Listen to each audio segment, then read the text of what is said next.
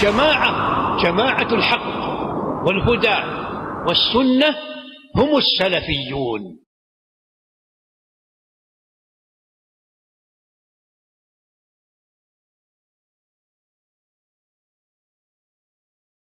السلام علیکم ورحمۃ اللہ وبرکاتہ. الحمد للہ وحدہ والصلاۃ والسلام علی من لا نبی بعد اما بعد. اعوذ باللہ من الشیطان الرجیم من حمزہ ونفخہ ونفثہ. بسم اللہ الرحمن الرحیم. وذکر فإن الذکریٰ تنفع المؤمنین. سبحان اللہ والحمد للہ ولا الہ الا اللہ واللہ اکبر. اللہم صلی علی محمد وعلی آل محمد کما صلیت علی ابراہیم وعلی آل ابراہیم انک حمید مجید. اللہم بارک علی محمد وعلی آل محمد کما بارکت علی ابراہیم وعلی آل ابراہیم انک حمید مجید. قابل قدر علماء کرام، ذمہ داران مسجد سبحان علیہ حدیث اور تمام برادران اسلام، عزیز بچوں اور پردہ نشین اسلامی ماں اور بہنوں، ہم سب آج زمین کی سب سے مقدس جگہ مسجد میں اللہ رب العالمین کے احکامات کو، جو اس کے دین پر عمل کرنے اور خاص کر جو ہم سب کی تخلیق کا مقصد ہے عبادت کرنا، اس عبادت کے لیے جو بنیادی چیزیں ہیں ان مسائل کو جاننے کے لیے ہم سب یہاں جمع ہیں. آج انشاءاللہ جیسے آپ لوگوں تک پیغام پہنچا تھا کہ تیمم، وضو اور غسل جنابت کا طریقہ کیا ہے، اس سے پہلے بھی اس طرح کی علمی نشستیں، تربیتی نشستیں منعقد ہوتی رہی ہیں، بہت سارا فائدہ ہوا. انشاءاللہ آج کی مجلس بھی ہمارے لیے فائدہ مند ہوگی اور ہمارے دین کو اور اس کے احکامات کو سمجھنے اور عبادات کے اصل بنیادی مقاصد کو جاننے کا ایک موقع ملے گا انشاءاللہ. اللہ ہم سب کو کتاب و سنت کے مطابق عمل کرنے کی توفیق دے. انشاءاللہ انہی عناوین پر انشاءاللہ ایک تربیتی نشست ہوگی. اس کا آغاز تلاوت کلام پاک سے ہوگا. میں مدرسے مفتاح الجنہ لتحفیظ القرآن الکریم ادے گیری کے ایک طالب علم حافظ محمد عمر کو دعوت دیتا ہوں تلاوت کلام پاک سے مجلس کا آغاز فرمائیں. السلام علیکم ورحمۃ اللہ وبرکاتہ. اعوذ باللہ من الشیطان الرجیم. بسم اللہ الرحمن الرحیم. یا ایہا الذین آمنوا ارکعوا واسجدوا واعبدوا ربكم وفعلوا الخير لعلكم تفلحون. وجاهدوا في الله حق جهاده واجتباكم وما جعل عليكم في الدين من حرج ملة أبيكم إبراهيم وسماكم المسلمين من قبل وفي هذا ليكون الرسول شهيدا عليكم وتكونوا شهداء على الناس فأقيموا الصلاة وآتوا الزكاة واعتصموا بالله هو مولاكم فنعم المولى ونعم النصير. السلام علیکم ورحمۃ اللہ وبرکاتہ. السلام علیکم ورحمۃ اللہ وبرکاتہ. الحمد للہ رب العالمین والعاقبۃ للمتقین والصلاة والسلام علی رسولہ النبی الکریم. اما بعد، معزز حاضرین، خواتین اسلام، مستقبل کے نونہال بچوں، ہمارے لیے بڑی خوشی اور مسرت کی بات ہے کہ الحمدللہ ماہانہ اجلاس جو مسجد سبحان اہل حدیث میں منعقد ہو رہا ہے، اہم موضوعات پر اللہ کے فضل اور اس کی توفیق سے پروگرام ہو رہے ہیں۔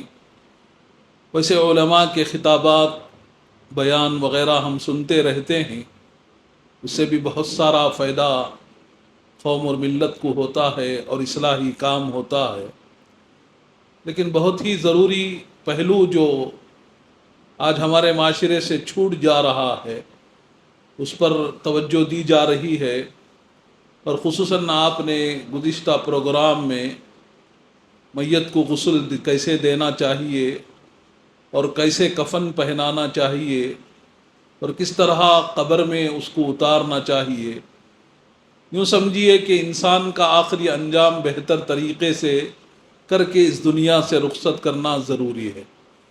پریکٹیکل طور پر علماء کی رہنمائی میں، قرآن و سنت کی روشنی میں آپ نے بہت ساری چیزیں دیکھی اور سنی۔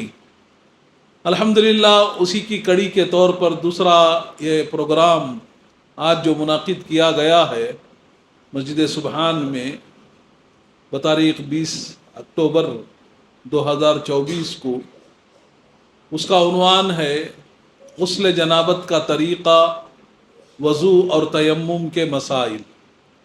یہ بھی ایک اہم پہلو ہے، جیسا کہ ہم سب حدیث، بڑی مشہور حدیث سنتے ہیں، بچپن سے ہی بچوں کو سکھاتے ہیں، الطہور شطر الایمان، پاکی آدھا ایمان ہے۔ پاکی کے بغیر کوئی عبادت اللہ تعالیٰ قبول نہیں فرماتا۔ ایک چھوٹی پاکی ہوتی ہے، ایک بڑی پاکی ہوتی ہے۔ چھوٹی پاکی وضو ہے اور بڑی پاکی کیا ہے؟ غسل ہے۔ تو یہ دونوں کا ہونا ضروری ہے۔ اگر آپ پر غسل واجب ہے، غسل کن کن پر واجب ہوتا ہے وہ مسائل بتائے جائیں گے اور غسل کا طریقہ بتایا جائے گا، اور کن حالات میں وضو اور تیمم کرنا ضروری ہوتا ہے۔ یہ تمام مسائل بنیادی اسلام کے مسائل ہیں۔ بہت سارے لوگوں کو، بڑھاپے کو جو پہنچ چکے ہیں، دیکھیے ایک بات میں آپ کو بتانا چاہتا ہوں کہ عمر کے کتنے بھی مقام کو آپ پہنچ جائے، دین سیکھنے میں کوتاہی نہیں کرنی چاہیے۔ اور اسلام کے سلسلے میں جیسا کہ حضرت ام سلمہ رضی اللہ عنہا سے روایت ہے بخاری شریف کی، ام سلیم رضی اللہ عنہا نے اللہ کے نبی صلی اللہ علیہ وسلم سے بہت سارے وہ پرسنل لائف کے وہ مسائل پوچھا کرتی تھی، اور سوال کے شروع میں کیا کہتی؟ حق کہنے سے نہیں شرماتا اللہ خود، اللہ رب العالمین ہمیں ان مسائل کے بارے میں اللہ کے نبی بتائیے۔ تو وہاں ام سلیم نے ایک سوال کیا تھا، عورت بھی احتلام ہوتا ہے، عورت کو بھی احتلام ہوتا ہے؟ تو بڑے تعجب سے پوچھا تھا ام سلیم نے۔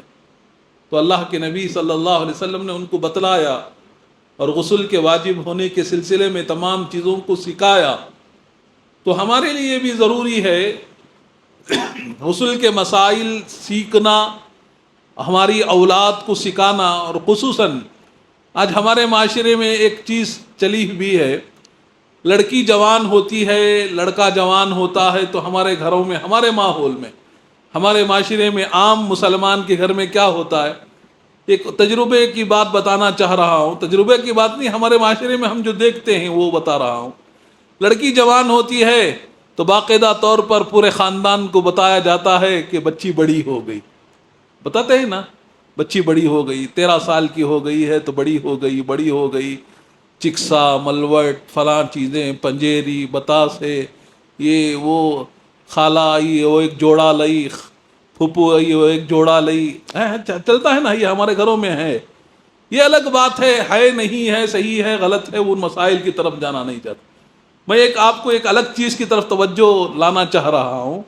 تو ہم بڑے اہتمام کرتے ہیں، بچی کو 20 دن 21 دن تک باہر گھر سے نکلنے نہیں دیتے، روزانہ چکسا ملوٹ لگا کر گوری ہونے کے لیے کرتے ہیں، یہ موقع سمجھتے ہیں اب ہم جتنا بھی گورا بنانا ہے تو اصل جو چیز بتانا ہے بچی کو یہ بتانا بھول جاتے ہیں کہ بچی اب تجھ پر نماز فرض ہو گئی، اب تیری زندگی کا ایک موڑ تبدیل ہو گیا. تو اب تک بچی تھی، اب کیا ہو گئی؟ جوان ہو گئی. اب تک نماز فرض نہیں تھی، اب نماز فرض ہو گئی. اب تک اسلام کے احکام تجھ پر نافذ نہیں ہوتے تھے، اب جو ہے نافذ ہوتے ہیں. یہ چیز پر توجہ نہیں دلائی جاتی. اور خصوصاً جو غسل کے مسائل ہیں وہ بچیوں کو بھی نہیں بتاتے ہم لوگ. اکثر مائیں بتاتی ہوں گی، لیکن خصوصاً لڑکوں کے سلسلے میں بتانا چاہتا ہوں. بہت سارے لڑکے، جس طرح لڑکی جوان ہوتی ہے لڑکا بھی بڑا ہوتا ہے نا، لڑکے کو نہ چکسا ملوٹ لگایا جاتا ہے، نہ پنجیری کھلائی جاتی ہے، نہ فلاں نہیں. ختنہ کے ٹائم پر کرتے ہیں سب، بتاسے گتاسے بنا کر جو ہے کرتے ہیں نور صاحب. اچھا ہمارے معاشرے میں ہے نا یہ سب. اب لڑکا جوان ہوتا ہے تو بھی اس کو بھی غسل کا طریقہ نہیں بتایا جاتا.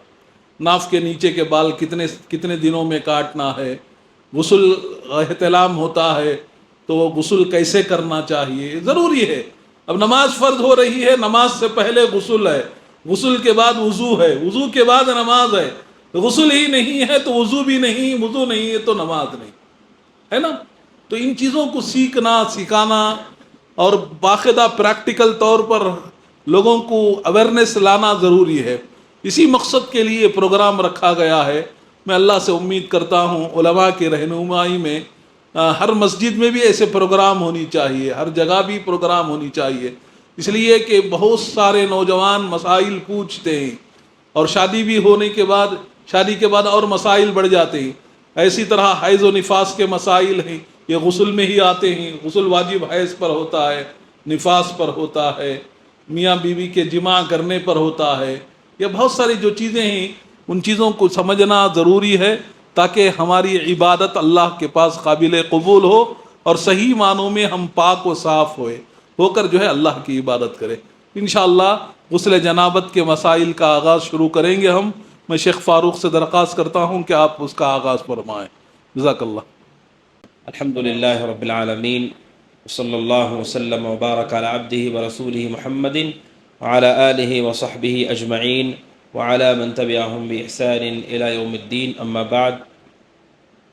معزز حاضرین، خواتین اسلام، جیسا کہ آپ نے سنا کہ ہماری اس گفتگو میں طہارت سے متعلق باتیں آنے والی ہیں، اور جب پاکیزگی اور طہارت کی بات آتی ہے تو اس میں کچھ ایسی چیزیں بھی ہیں جس سے انسان حیا کرتا ہے، لیکن اس جگہ پر حیا نہیں ہونا چاہیے، اس لیے کہ ان اللہ لا یستحی من الحق، بے شک اللہ تعالیٰ حق بات سے حیا نہیں کرتا ہے. اور وہ بخاری کی مشہور حدیث بھی آپ نے سنی کہ حضرت ام سلمہ رضی اللہ تعالیٰ عنہا نے آ کر نبی اکرم صلی اللہ علیہ وسلم سے غسل کے بارے میں پوچھا کہ کیا عورت پہ بھی غسل فرض ہوتا ہے، اور یہ حیا اور پردے کی بات ہے. تو حضرت ام سلیم رضی اللہ عنہا نے سوال کرنے سے پہلے کہا، اللہ کے نبی، بے شک اللہ حق بولنے سے نہیں شرماتا ہے، حیا نہیں کرتا ہے، کیا عورت پہ بھی غسل فرض ہوتا ہے؟ تو نبی اکرم صلی اللہ علیہ وسلم نے انہیں جواب دیا. اس وجہ سے علماء کہتے ہیں کہ حیا اور شرم گناہوں کے سبب ہے، تو یہ بہت اچھا ہے. گناہ کرتے ہوئے شرماتا ہے یا مروت کے خلاف کام کرنے سے شرماتا ہے تو یہ حیا اچھی ہے، لیکن وہ شرم اچھی نہیں ہے جو انسان کو دین کے علم سے روک دے، اور جو اس کے اوپر فرض ہے اس سے وہ رک جائے، یہ حیا پسندیدہ نہیں ہے. اسی لیے علم کے حوالے سے بھی امام بخاری رحمہ اللہ نے نقل کیا بعض سلف کے حوالے سے کہ دو لوگ کبھی علم حاصل نہیں کر سکتے، ایک شرمانے والا اور ایک اکڑنے والا.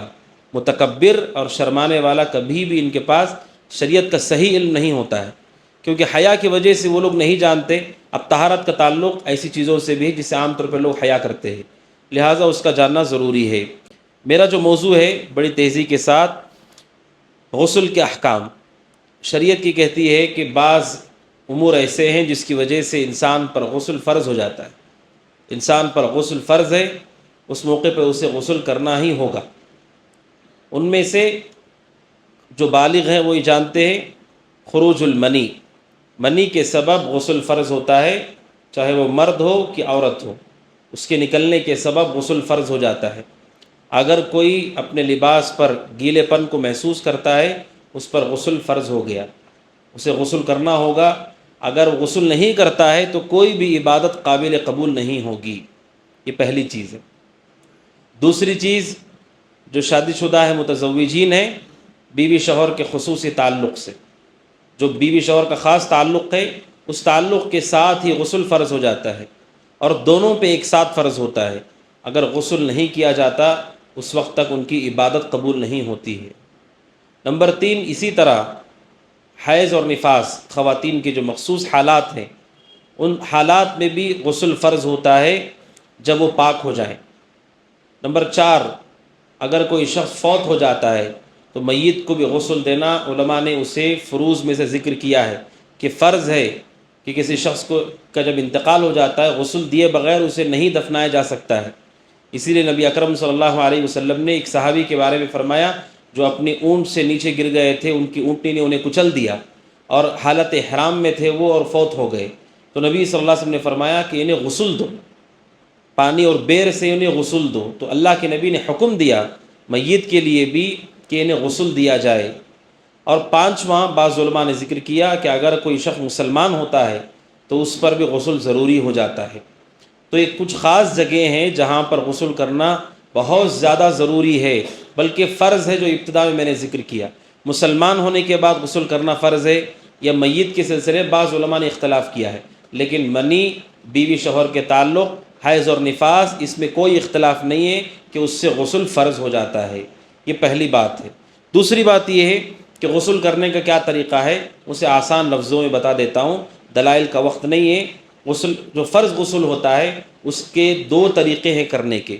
ایک طریقہ ہے جو جائز ہے، اگر کوئی کر لے گا تو اس کا غسل ہو جائے گا. دوسرا ہے مسنون طریقہ، افضل اور مستحب طریقہ. کوئی بھی آدمی غسل کرنا چاہتا ہے، واجبی غسل جو اس پہ فرض ہو گیا ہے، اس کا صحیح طریقہ یہ ہے جو حضرت ام سلمہ اور حضرت عائشہ رضی اللہ تعالیٰ عنہما سے روایت ہے. یہ دونوں نبی اکرم صلی اللہ علیہ وسلم کی بیویاں ہیں، آپ کی زوجات میں سے ہیں. اللہ سبحانہ و تعالیٰ نے نبی اکرم صلی اللہ علیہ وسلم کی سنتوں کو ہم تک نقل کیا ہے، اور اس میں ایک بہت بڑا کردار آپ کی بیویوں کا رہا ہے. اس لیے کہ انسان اپنی زندگی کا ایک بڑا حصہ گھر میں گزارتا ہے. گھر میں وہ کیا کرتا ہے وہ بیوی جانتی ہے. لہٰذا اللہ کے نبی صلی اللہ علیہ وسلم کی نکاح عام مسلمانوں سے زیادہ ہوئے. عام مسلمان زیادہ سے زیادہ 4 نکاح کر سکتا ہے، آپ کے 11 نکاح تھے، آپ کی 11 بیویاں تھیں. اس کی وجہ کیا ہے؟ علماء نے اس کی حکمت سے یہ نقل کیا کہ اللہ کے نبی کی گھر میں ہونے والی سنتوں کو ان بیویوں نے غور سے دیکھا اور اسے امت تک نقل کیا. اب رسول کیسے غسل کرتے ہیں ہمیں کیسے معلوم ہوگا؟ وہ تو آپ کی گھر کی بات ہے. آپ کی بیویوں نے نقل کیا ہے، حضرت ام سلمہ اور حضرت عائشہ رضی اللہ تعالیٰ عنہما نے. مختلف کتب حدیث میں موجود ہے طریقہ یہ ہے، سب سے پہلے غسل کرنے والے کو چاہیے کہ وہ اپنے ہاتھ کو دھلے. سب سے پہلے اپنے ہاتھ پر پانی بہائے برتن میں ہاتھ داخل کرنے سے پہلے. اور یہ عام ضابطہ ہے کہ کسی بھی برتن میں آدمی کو ہاتھ نہیں ڈالنا چاہیے، سب سے پہلے ہاتھ کو دھلنا چاہیے. نبی اکرم صلی اللہ علیہ وسلم نے فرمایا کہ کوئی آدمی نیند سے جاگتا ہے تو جاگنے کے فوراً بعد اسے برتن میں ہاتھ نہیں ڈالنا چاہیے، کیونکہ وہ نہیں جانتا کہ رات میں اس کا ہاتھ کہاں کہاں گیا تھا. اس لیے علماء کہتے ہیں کہ آپ کے ہاتھ میں گندگی لگی ہے، وہی گندگی اس برتن میں بھی چلی گئی جس سے آپ غسل کرنے والے ہیں، تو یہ پاکیزگی کے خلاف ہے. سب سے پہلے ہاتھ پر پانی بہایا جائے. نمبر 2، ہاتھ پر پانی بہانے کے بعد انسان اپنے مخصوص عضو کو دھلے، خاص عضو کو دھلے، چاہے مرد ہو کہ عورت ہو، اچھی طرح سے اسے صاف کرے. اس لیے کہ طہارت کی شروعات وہیں سے ہوتی ہے. طہارت کی شروعات وہی سے ہوتی ہے. یہ سنت میں سے ہے کہ نبی اکرم صلی اللہ علیہ وسلم کے متعلق آپ کے زوجات نے نقل کیا، ہاتھ دھونے کے بعد آپ سب سے پہلے خصوصی اعضاء کو دھلتے تھے. علماء نے کہا اگلا ہو یا پچھلا ہو، دونوں کو بھی ابتدا میں سب سے پہلے اچھی طرح پاک و صاف کر لینا چاہیے. نمبر 3، یہ ہونے کے بعد اپنے ہاتھ کو اچھی طرح دھلنا چاہیے کسی صابن سے. یہ جو بھی چیز میسر ہے، نبی اکرم صلی اللہ علیہ وسلم سے متعلق ہے کہ آپ مٹی پر ہاتھ مار کر کے اچھی طرح ہاتھ کو دھلتے تھے. کیوں؟ کیونکہ خصوصی جگہ کی صفائی کی گئی ہے، اور عام طور پر اس جگہ پر صفائی کی وجہ سے ہاتھ میں کوئی چیز لگ گئی ہو، اس امکان کی وجہ سے اللہ کے نبی کسی چیز کے ذریعے سے اچھی طرح ہاتھ کو دھلتے تھے. علماء نے کہا آج آسانی ہے، صابن ہے، اس میں صفائی بھی ہوتی ہے، خوشبو بھی ہوتی ہے، لہٰذا اچھی طرح سے اس کے بعد ہاتھ کو دھل لینا چاہیے. تیسری بات. چوتھی بات یہ ہے کہ پانی جو ہمارے پاس موجود ہوتا ہے اس پانی میں آپ ہاتھ ڈال سکتے ہیں، لیکن شروعات کرنا چاہیے وضو سے۔ آپ نے ہاتھ دھل لیا، چوتھی چیز ہے آپ وضو کریں، اچھی طرح سے وضو کریں، اور وضو کا طریقہ بھی انشاءاللہ آپ کے سامنے شیخ شاہ اللہ عمری حفظہ اللہ رکھیں گے۔ آپ کو وضو کرنا ہے غسل کرنے سے پہلے، چوتھی چیز۔ پانچویں چیز، جب وضو سے آپ فارغ ہو جائے تو آپ کو سب سے پہلے ہاتھ میں پانی لے کر کے اپنی بالوں کی جڑوں میں اس پانی کو داخل کرنا ہے، تاکہ بالوں کی جڑوں تک پانی پہنچ جائے وضو کرنے کے بعد۔ اور جب آپ اچھی طرح سے بالوں کی جڑوں تک پانی کو پہنچا دیتے ہیں تو چھٹویں چیز یہ ہے کہ آپ 3 چلو پانی اپنے سر پر بہائیں، اچھی طرح سے 3 چلو پانی آپ اپنے سر پر بہائیں، یہ چھٹویں چیز ہے۔ ساتویں چیز یہ ہے، سر پر 3 مرتبہ پانی ڈالنے کے بعد آپ اپنے بدن کو دھلنا شروع کریں۔ بدن کو دھلنے کا طریقہ کیا ہے کہ آپ پانی لے کر کے اپنے جسم کے داہنی طرف کو سب سے پہلے دھوئیں، داہنی طرف کو، سیدھی طرف کو، پھر بائیں طرف کو، یہ 7ویں چیز ہے۔ اور 8ویں چیز یہ ہے کہ اس کے دوران آدمی خاص جس چیز کا اسے خیال کرنا چاہیے وہ ہے وہ جگہیں جہاں پر عام طور پر پانی نہیں پہنچ پاتا ہے یا وہاں پر صفائی نہیں ہو پاتی ہے۔ ان میں سب سے پہلے تو بال ہیں، اسی لیے پیارے رسول صلی اللہ علیہ وسلم سب سے پہلے وضو کرنے کے بعد بالوں کی جڑوں میں پانی ڈالتے تھے، سر کو آپ گیلا کر لیتے تھے۔ دوسری چیز ہے جہاں پر پانی نہیں پہنچ پاتا ہے وہ بغل ہے، اور اسی طرح آپ کے گھٹنے کے پیچھے کا حصہ ہے، ران کے اوپر کا حصہ، یہ جو حصہ ہوتا ہے اس میں، اسی طرح انگلیوں کی پوروں کے درمیان، اسی طرح یہ جو کوہنی ہوتی ہے کوہنی کے پاس، بغل، کوہنی، اور اسی طرح گھٹنے کے پیچھے کا حصہ اور انگلیوں کے درمیانی جگہ، عام طور پر وہاں تک پانی نہیں پہنچ پاتا یا گندگی صاف نہیں ہو پاتی ہے۔ اللہ کے نبی صلی اللہ علیہ وسلم اسے اچھی طرح سے صاف کرتے تھے اور آپ پورے جسم پر پانی کو بہا لیتے تھے۔ یہ نبی اکرم صلی اللہ علیہ وسلم کے غسل کا طریقہ ہے جو امہات المؤمنین نے نقل کیا ہے۔ اس میں آپ نے خاص بات یہ غور کی ہوگی کہ غسل جو مسنون ہے اس میں سب سے پہلے آپ کو وضو کرنا ہے، وضو کرنے کے بعد پورے جسم پر آپ کو پانی بہا لینا ہے، یہ مسنون طریقہ ہے وضو کرنے کا۔ ایک طریقہ ہے وہ ہے جائز، جسے کہتے ہیں الغسل المجزی۔ الغسل المجزی کا مطلب ہے کہ آپ اتنا بھی کر لیں گے تو آپ کا غسل ہو جائے گا، اس کے بعد آپ نماز پڑھنے کے قابل ہو جائیں گے۔ الغسل المجزی میں کیا کرنا ہوتا ہے کہ انسان کا پورا جسم اچھی طرح سے بھیگ جائے، کوئی چیز اس میں سے گیلی نہ رہے، اور خاص طور پر وہ کلی کر لے اور ناک میں پانی ڈال کر کے نکال لے۔ اس طرح سے پورے جسم کو اگر کوئی بھگا لیتا ہے، تر کر لیتا ہے، تو اس کا غسل بھی ہو گیا۔ مثال کے طور پر کسی آدمی پہ غسل فرض ہوا اور وہ کسی تالاب یا ندی میں جا کر کے چھلانگ لگاتا ہے غسل کی نیت کر کے، تو پھر اس کے جسم کے بھیگ جانے کے ساتھ ہی اس کا پورا غسل مکمل ہو گیا، اس کا پورا غسل مکمل ہو گیا، جو کہ نبی اکرم صلی اللہ علیہ وسلم سے احادیث میں ثابت ہے۔ اور اسی طرح غسل کے حوالے سے ایک اہم بات ہے، وہ یہ ہے کہ غسل جنابت کے لیے نیت ضروری ہے، کہ دل میں نیت ہو کہ میں غسل جنابت کر رہا ہوں، غسل سے پہلے کی یہ چیز ہے۔ اگر کوئی نیت نہیں کرتا ہے اس کا غسل نہیں ہوا۔ مثال کے طور پر کوئی آدمی ہے، اس پہ غسل فرض تھا اور وہ بھول گیا کہ غسل فرض ہے، اور وہ پورا پانی نہا کر کے آ جاتا ہے، پھر اسے یاد آتا ہے کہ میرے اوپر تو غسل فرض تھا، تو جو غسل اس نے کیا وہ غسل طہارت کا نہیں مانا جائے گا، اس کا جسم پاک ہو گیا لیکن وہ عبادت کے لیے پاک نہیں ہوا ہے۔ لہٰذا غسل جنابت کے لیے نیت شرط ہے۔ نیت کا مطلب دل کا ارادہ ہو کہ میں غسل جنابت کر رہا ہوں، زبان سے کہنے کی کوئی ضرورت نہیں ہے، دل میں نیت ہو غسل جنابت کے لیے، ایک اہم بات ہے۔ اور ایک اہم بات ہے وہ یہ ہے جو اکثر لوگ پوچھتے ہیں کہ کیا غسل کرنے کے بعد وضو کرنا پڑتا ہے نماز کے لیے؟ حضرت عائشہ رضی اللہ تعالیٰ عنہ کہتی ہے ابو داؤد کی حدیث میں کہ نبی اکرم صلی اللہ علیہ وسلم غسل کرنے کے بعد آپ سیدھے نماز پڑھتے تھے، اور میں نے آپ کو غسل کے بعد وضو کرتے نہیں دیکھا ہے، غسل کے بعد وضو کرتے ہوئے نہیں دیکھا ہے۔ علماء کہتے ہیں اگر کسی نے سنت کے مطابق غسل کیا یا پورا جسم اس کا بھیگ گیا اور یہ ہونے کے بعد اس نے ایسا کوئی کام نہیں کیا جس سے وضو ٹوٹتا ہو، یہ شرط ہے، کوئی کام ایسا نہیں کیا جس سے وضو ٹوٹتا ہو، تو وہ سیدھے اس غسل سے نماز پڑھ سکتا ہے۔ مثال کے طور پر کسی پہ غسل فرض ہوا اور وہ غسل کر لیتا ہے، اور غسل کرنے کے فوراً بعد نماز کھڑی ہو جاتی ہے، وہ کپڑے پہن کے آ جاتا ہے، اسے وضو کرنے کی ضرورت نہیں ہے، کیونکہ پیارے رسول صلی اللہ علیہ وسلم غسل جنابت کے بعد سیدھے نماز پڑھ لیتے تھے۔ لیکن اگر اس نے اس کے دوران وضو توڑنے والی کوئی چیز اس سے ہو گئی، مثال کے طور پہ غسل کر لیا اور پھر لباس پہن کر مسجد آنے سے پہلے پہلے اس کی اگر ہوا خارج ہو جاتی ہے یا کوئی ایسا کام ہوتا ہے جس سے وضو ٹوٹ جاتا ہے تو پھر اسے دوبارہ وضو کرنا ہوگا۔ واللہ تعالی اعلم۔ یہ غسل سے متعلق چند مختصر باتیں تھیں۔ الحمدللہ، آپ احباب نے قرآن و سنہ کی روشنی میں غسل کا طریقہ بہت آسان طریقہ ہے۔ ہم لوگ بہت دعائیں، بڑی پریشانیاں اٹھا کر غسل تو صحیح نہیں کرتے، خالی دعائیں ہی پڑھتے رہ جاتے۔ ایسا ہے نا بہت سارے۔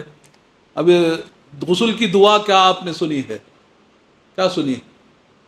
بسم اللہ نا، اس کے علاوہ کوئی اور دعا نہیں ہے۔ قرآن و سنہ کی روشنی میں کوئی اور دعا نہیں ہے، صرف آغاز کرتے وقت بسم اللہ کہنا ہے۔ اب پریکٹیکل طور پر میں 2-3 چیزیں آپ کو بتانا چاہتا ہوں انشاءاللہ، اس لیے کہ اب یہ احادیث کی روشنی میں سنانا آپ نے۔ پریکٹیکل غسل کیسے کرتے ہیں؟ شاور میں نہاتے ہیں ہم، یا تو جگ میں بکیٹ میں سے پانی اٹھا کر نہاتے ہیں۔ 2 طریقے ہی ہیں، یا تو ندی میں جا کر، اب غسل کے 2 طریقے بتائے شیخ نے۔ ایک پورا جسم بھگا لینا، ندی میں ڈوئی مارے تو جو ہے پورا جسم بھگ جاتا ہے، وہ بھی غسل ہی ہے شمار ہے۔ لیکن اکثر ہم گھروں میں کیا کرتے ہیں، یا تو شاور ہوتا ہے یا تو بکیٹ میں سے لے کر پانی نہاتے ہیں۔ تو جیسا کہ قرآن و سنہ کی حدیث، جیسا کہ حدیث کی روشنی میں ابھی یہ تمام جو باتیں بتائی گئی، پوری بخاری کی حدیث ملے گی۔ حدیث نمبر 240 پر 5 نمبر تھا، 240 پر 8 نمبر ہے شاید، حدیث نمبر 240 پر 8 نمبر ہے، آپ پڑھ سکتے ہیں۔ مسلم شریف اور بخاری شریف کی حدیثیں ہیں اور اتھینٹک حدیثیں ہیں۔ تو اس میں پورا طریقہ حدیث میں بتایا گیا ہے کہ غسل کیسے کرنا ہے۔ میں پریکٹیکل طور پر بتاتا ہوں۔ اب آپ شاور میں نہا رہے ہیں تو اس سے پہلے، سب سے پہلے کیا کرنا ہے؟ آپ ایک چیز یہ بھی بتاؤں کہ غسل کرتے وقت اگر آپ کے کمرہ، الحمدللہ ہمارے حمام وغیرہ بہت ماڈرن ہیں، کوئی پریشانی کی بات نہیں، کوئی دوسرا نہیں آتا۔ پہلے چھانکنے کا خدشہ، کوئی آ رہا ہے پریشانی، اس حالت میں غسل کرتے تھے، اب یہ سب نہیں ہے۔ تو غسل جو ہے برہنہ ہو کر بھی کر سکتے ہیں۔ برہنہ کا مطلب ننگے ہو کر بھی غسل کر سکتے ہیں، کوئی حرج کی بات نہیں۔ تو یہ ایک مسئلہ بھی میں بتا دے رہا ہوں، پکڑ لیتے ہیں میں کہ تو غسل برہنہ ہو کر بھی کر سکتے ہیں۔ آپ حمام میں ہیں، شاور میں نہا رہے ہیں، تو سب سے پہلے آپ کو کیا کرنا ہے؟ جیسا کہ شیخ نے بتایا، پہلا کام جو ہے اپنے دونوں ہاتھوں کو جگ، یا تو شاور میں نل کھول کر بھی لے سکتے ہیں، یا تو جگ میں بکیٹ میں لے رہے ہیں تو بکیٹ سے دائیں ہاتھ سے لے کر جو ہے سیدھے ہاتھ پر ڈال کر رکھ کر پوری اچھی طرح کلائیوں تک اچھی طرح صاف کر لے۔ شاور میں بھی آپ نل میں بھی کھول کر ہاتھ صاف کر سکتے ہیں۔ ہاتھ صاف ہونے کے بعد یہ ناف سے لے کر یہ گڑگے تک کا حصہ، آگے اور پیچھے کا حصہ پاک کر لے۔ سمجھ میں آ رہا؟ آگے اور پیچھے دونوں باتیں بتائی غسل کے وقت۔ آگے شرمگاہ ہے، پیچھے بھی جو ہے ہماری جو دبر ہے اس حصے کو بھی پاک صاف کر لے، اس لیے کہ اب منی وغیرہ کہاں لگی ہے معلوم نہیں چلتا، کبھی کبھی رانوں پر لگی رہتی ہے، تو اس لیے یہ ناف سے لے کر گڑگے تک کا حصہ، آگے اور پیچھے کا حصہ اچھی طرح پاک کر لے۔ اس کے ساتھ ضروری بات یہ ہے کہ اپنے چڈوں کے اندر، چڈے بولے تو ہماری ران کا جو کونا حصہ ہے نا، یہ اسے چڈا بولتے ہیں، تو یہاں اکثر لوگ بھول جاتے ہیں۔ جوائنٹس جہاں ہوتے ہیں وہاں پاکی صفائی کرنا بہت ضروری ہے، پانی نہیں پہنچتا ہے، تو اس لیے غسل، دیکھیے ایک سب سے پہلے اہم مسئلہ یہ یاد رکھ لیجئے، اگر غسل جنابت میں آپ کے جسم کا کوئی بھی حصہ سوکھا رہ گیا، تھوڑی مقدار میں بھی سوکھا رہ گیا تو غسل نہیں ہوتا۔ یہ بات اچھی طرح یاد رکھ لیجئے۔ جسم کا اکثر اسی لیے غسل کے مسائل میں آپ کو جوائنٹس جہاں ہیں، بغل ہے، یہ جوائنٹ ہے، یہ ران کی چڈے ہیں، یہاں یہ حصہ ہے، اکثر جو ہے بھول جاتے ہیں، تو اس لیے غسل کرتے وقت ان چیزوں کا خیال رکھے کہ ہمارے جوائنٹس جہاں ہیں تو وہاں پر جو ہے باقاعدہ پاکی صفائی کر لے۔ اب جب آپ یہاں سے یہاں تک پاک کر رہے ہیں تو آپ کے چڈے وغیرہ، 2 طرف کے بھی چڈے جو ہے پاک صاف کر لے، اور پیچھے کے حصے پاک کرنے کے بعد یہ پاکی صفائی ہو جائے، آپ کو اطمینان ہو گئے، تو پھر آپ اپنا ہاتھ نل میں یا شاور میں جو ہے دھو لے۔ دھو لینے کے بعد جو ہے جس طرح نماز کے لیے وضو کرتے ہیں وضو کر لے۔ نماز کے لیے ویسے وضو کرتے ہیں نا، وضو کا طریقہ آپ بعد میں بتائیں گے، نماز کے لیے ویسے جیسے وضو کرتے ہیں پورا وضو کر لے۔ ایک روایت میں آتا ہے پہلے حمام جو ہے مٹی کے وغیرہ کے ہوتے تھے، اس لیے پانی اڑنے کا خدشہ تھا، اس لیے اللہ کے نبی نے آخر میں سب تمام غسل ہونے کے بعد پیر دھویا۔ اگر آپ کے حمام اچھے ہیں تو آپ پہلے سے ہی پیر بھی دھو لینے میں کوئی حرج کی بات نہیں۔ اگر وہ سنت پر بھی عمل کرنا چاہتے ہیں، پورا وضو غسل ہونے کے بعد جو ہے اخیر میں پیر بھی دھو سکتے ہیں۔ تو وضو نماز کی طرح وضو کر لیں، پھر اس کے بعد آپ اچھی طرح اپنا سر کے اوپر جو ہے، اب الحمدللہ ہمارے شاور ماڈرن زمانے کے ہیں، پانی اچھا آتا ہے، شاور میں کر رہے ہیں تو آپ شاور کھولیں گے تو بھی۔ اور ایک چیز یہ بھی یاد رکھیے، غسل میں پانی ضائع مت کیجیے۔ وضو ایک مد میں کرتے تھے اللہ کے نبی، اور غسل ایک سا میں کرتے تھے، صحیح ہے نا شیخ؟ ایک سا غسل، ایک وضو جو ہے ایک مد میں، ایک مد مطلب پونا لیٹر پانی، پونا لیٹر پانی بھی زیادہ ہے، پونا لیٹر پانی ہوگا نا شیخ، تقریباً پونا لیٹر، 1 لیٹر سے بھی کم ہوگا ایک مد۔ اب ایک سا کتنا ہوا؟ تقریباً 3.5 لیٹر پانی میں غسل ہوتا تھا اللہ کے نبی کا۔ 3.5 لیٹر کتنا بہت زیادہ ہوتا ہے کیا؟ ہمیں تو 3.5 بکیٹاں خالی کر ڈالتے ہیں، نہیں بیرل بھی بھر کر رہا تو پورا خالی کر ڈالتی۔ تو پانی غسل میں اور وضو میں اسراف نہیں ہونا چاہیے، احتیاط کرنا۔ اب ہمارے شاور میں ٹینکوں میں پانی 1000 لیٹر کی ٹینک رہتی ہے، ایک بندہ جا کر آدھی ٹینک خالی کر کے 500 لیٹر آ جاتا۔ اور کبھی کبھی بہت سارے لوگ حمام میں گئے تو آدھا گھنٹہ 1 گھنٹہ کیا کرتی پتہ نہیں، اتنی دیر حمام میں رہتے۔ یہ غلط بات ہے، نہیں رہنا چاہیے۔ تو اس لیے اب آپ وضو نماز کی طرح وضو کر لیے، پھر اس کے بعد جو ہے آپ کیا کریں، اپنے سر کے بالوں میں، بعض روایتوں میں آتا ہے پانی لے کر باقاعدہ اچھا اس طرح جو ہے اپنے بالوں کو ملے تاکہ بالوں کی جڑ میں پانی پہنچ جائے۔ حضرت علی کے بارے میں ایک روایت آتی ہے کہ حضرت علی سر پر بال اس لیے نہیں رکھتے تھے کہ غسل جنابت میں میرے بالوں کے نیچے پانی نہ پہنچے، کہیں ایسا نہ ہو، اس لیے بال ہی نہیں رکھتے تھے۔ حدیث جو ہے ایک روایت آتی ہے، وہ الگ مسئلہ ہے۔ حضرت علی ہمیشہ جو ہے تلا رہا کرتے تھے، بال نہیں رکھتے تھے سر پر، حضرت علی کے بارے میں آتا ہے۔ تو کہنے کا مطلب یہ ہے کہ غسل جنابت میں ایک حصہ بھی، ایک بال کے برابر بھی جسم میں سوکھا پن نہیں رہنا چاہیے۔ تو بال آپ کے دائیں جانب یا بائیں جانب دونوں طرف سے بالوں کو اچھا کر لے، اور اسی طرح آپ داڑھی ہے تو داڑھی میں بھی خلال اچھی طرح انگلیوں کے ذریعے آپ خلال اس طرح کر لیں۔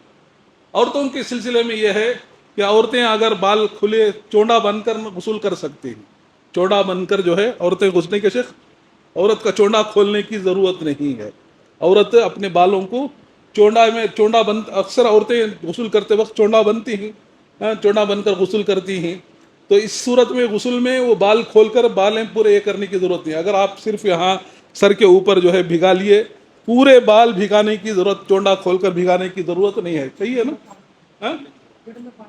جڑ میں پانی پہنچ گیا تو کافی ہے، پورے بال بھگانے کی ضرورت نہیں ہے۔ یہ ایک مسئلہ عورتوں کے سلسلے میں بات ہے۔ پھر اس کے بعد آپ کیا کریں گے، پورے جسم پر آپ شاور کے ذریعے یا بکیٹ میں سے پانی لے کر پورے جسم پر پانی بہائے، 1 بار 2 بار 3 بار بہا لے، اس طرح بہائے کہ آپ کو اطمینان ہو جائے کہ میرا جسم پورا بھیگ گیا ہے۔ اگر آپ کو اطمینان ہو گیا تو ٹھیک ہے، نہیں ہے تو اور تھوڑا آپ پانی استعمال کر سکتے ہیں۔ ضائع بھی نہ ہو پانی، فضول بھی نہ ہو، بلکہ جو ہے اللہ کے پاس پکڑ بھی نہ ہو۔ وَلَا تُبَذِّرُوا تَبْذِيرًا إِنَّ الْمُبَذِّرِينَ كَانُوا إِخْوَانَ الشَّيَاطِينَ، ہے نا؟ اللہ نے فرمایا قرآن میں، اسراف مت کرو، اسراف کرنے والے شیطان کے دوست ہوتے ہیں۔ تو اس لیے غسل کے معاملے میں اگر آپ نہر کے پاس وضو یا غسل ہو، نہر کے پاس بھی بیٹھ کر غسل کر رہے ہیں یا وضو بنا رہے ہیں تو وہاں بھی اسراف نہیں کرنا چاہیے۔ تو یہ غسل کا طریقہ تھا۔ اخیر میں آپ باہر نکلتے وقت جو ہے پیر دھو لیجئے، یہ غسل ہے۔ یہاں جیسا کہ ایک شیخ نے ایک بات بتائی کہ جو وضو غسل میں کیا گیا ہے وہی وضو نماز کے لیے کافی ہے یا نہیں۔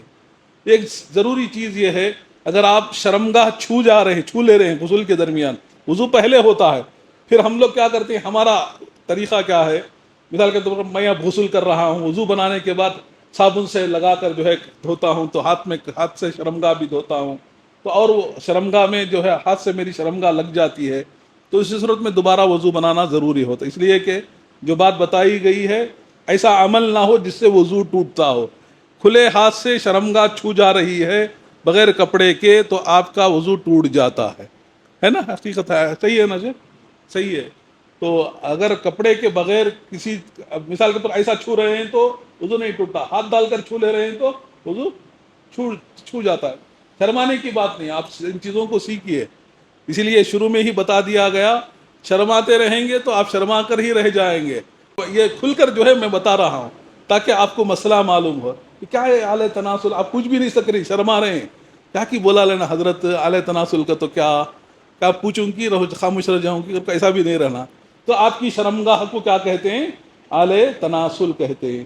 جب مرد عورت کی اعلی تناسل ملتے ہیں تو ان پر غسل واجب ہو جاتا ہے. جو یہ مسائل آپ نے سنی ہیں تو اس سلسلے میں الحمدللہ میں امید کرتا ہوں بہت آسانی کا مسئلہ ہے اور کوئی دعا نہیں ہے. غسل کرتے وقت اشہد ان لا الہ الا اللہ پڑھنا، پاؤں دھوتے وقت کیا کی پڑھنا، ہاتھاں دھوتے وقت کیا کی پڑھنا، وہی پڑھ کر آدھا گھنٹہ رہتے ہیں، غسل نہیں کرتے. اس لیے کیا بھی نہیں ہے، غسل کرنے سے پہلے نیت کا ہونا ضروری ہے.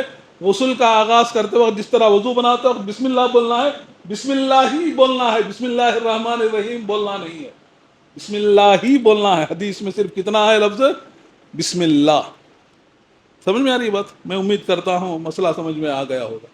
تو اس سلسلے میں کچھ وضاحت ہو تو سوال کر سکتے ہیں. وضو کا بھی بتا دیں گے. اچھا، وضو کے سلسلے میں یا ایھا الذین آمنوا اذا قمتم الى الصلاۃ فاغسلوا وجوہکم وایدیکم الى المرافق وامسحوا بوجوہکم وارجلکم الى الکعبین. دیکھیے اسلام ہمارا بہت آسان ہے. تو دوسرا مسئلہ جو ہے الحمدللہ غسل کے کوئی سوالات ہو تو بعد میں رکھیے، آپ ذہن میں سوال کریں گے، غسل کے ہو یا وضو کے ہو یا تیمم کے ہو. دیکھیے ہمارا سب سے پہلی بات یہ ہے ہمارا مذہب اسلام بہت آسان ہے، بہت اللہ آسانیاں کیا. جیسا کہ حدیث میں اللہ کے نبی نے فرمایا ان اللہ لم یبعثنی معنتا ولا متعنتا ولکن بعثنی معلما او میسرا. علم سکھانے والا اور آسانی پہنچانے والا بنا کر بھیجا ہے. کہا اللہ کے نبی صلی اللہ علیہ وسلم سختی میں ڈالنے والا، تکلیف میں ڈالنے والا بنا کر مجھے نہیں بھیجا ہے. اور آپ جب بھی کسی صحابی کو کسی جگہ پر گورنر بنا کر بھیجتے یا کسی کو داعی بنا کر بھیجتے تو سب سے پہلی نصیحت یہ کرتے یسروا ولا تعسروا، لوگوں کو آسانی پہنچاؤ، تکلیف میں مت ڈالو. بشروا ولا تنفروا، لوگوں کو خوشخبری سناؤ، نفرتیں مت پھیلاؤ. یہ اپنے صحابہ کو اللہ کے نبی کی پہلی نصیحت ہوتی تھی. تو اسلام بھی ہمارا مذہب جو ہے بڑا آسان ہے.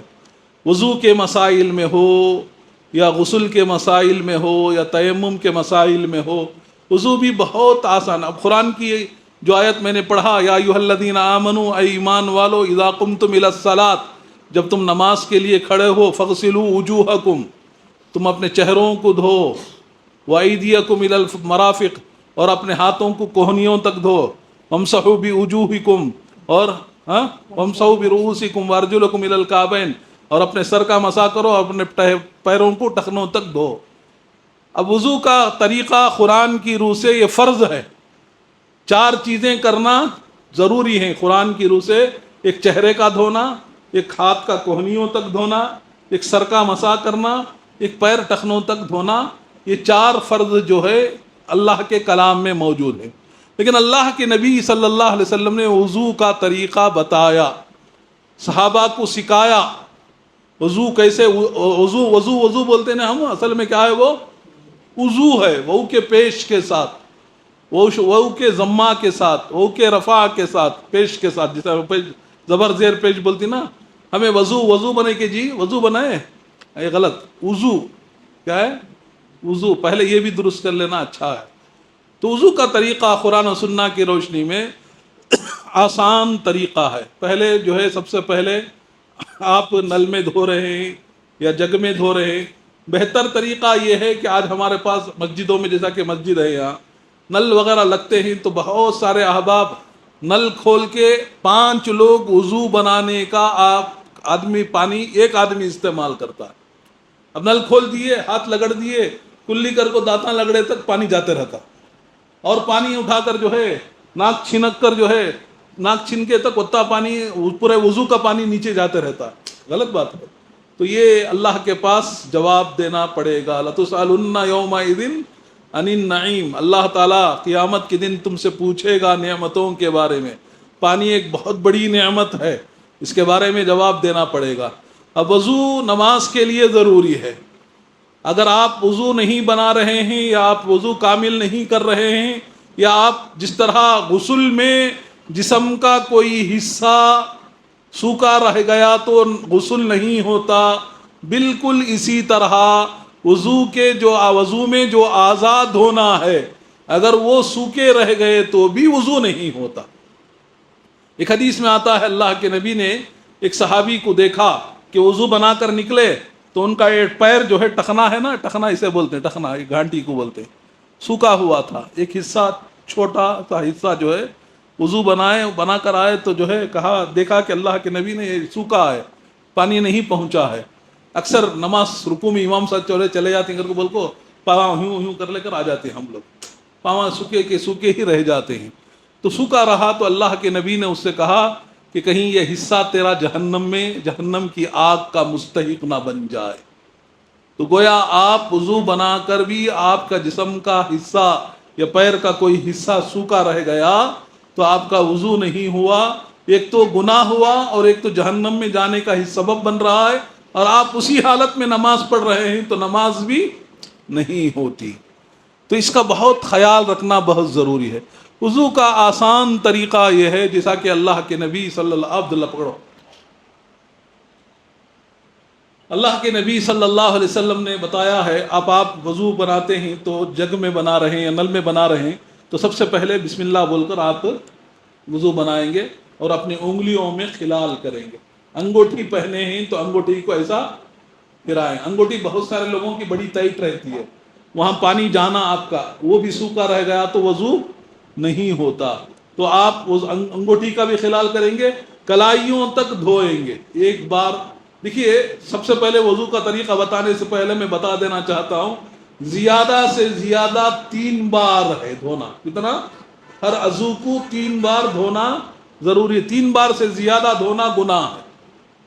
میں دھویا نہیں، میں ابھی سکا ہے 4 بار دھو لوں گا، 5 بار دھو لوں گا، ایسا نہیں ہے۔ زیادہ سے زیادہ 3 بار ہے، کم سے کم کتنا ہے؟ 1 بار ہے۔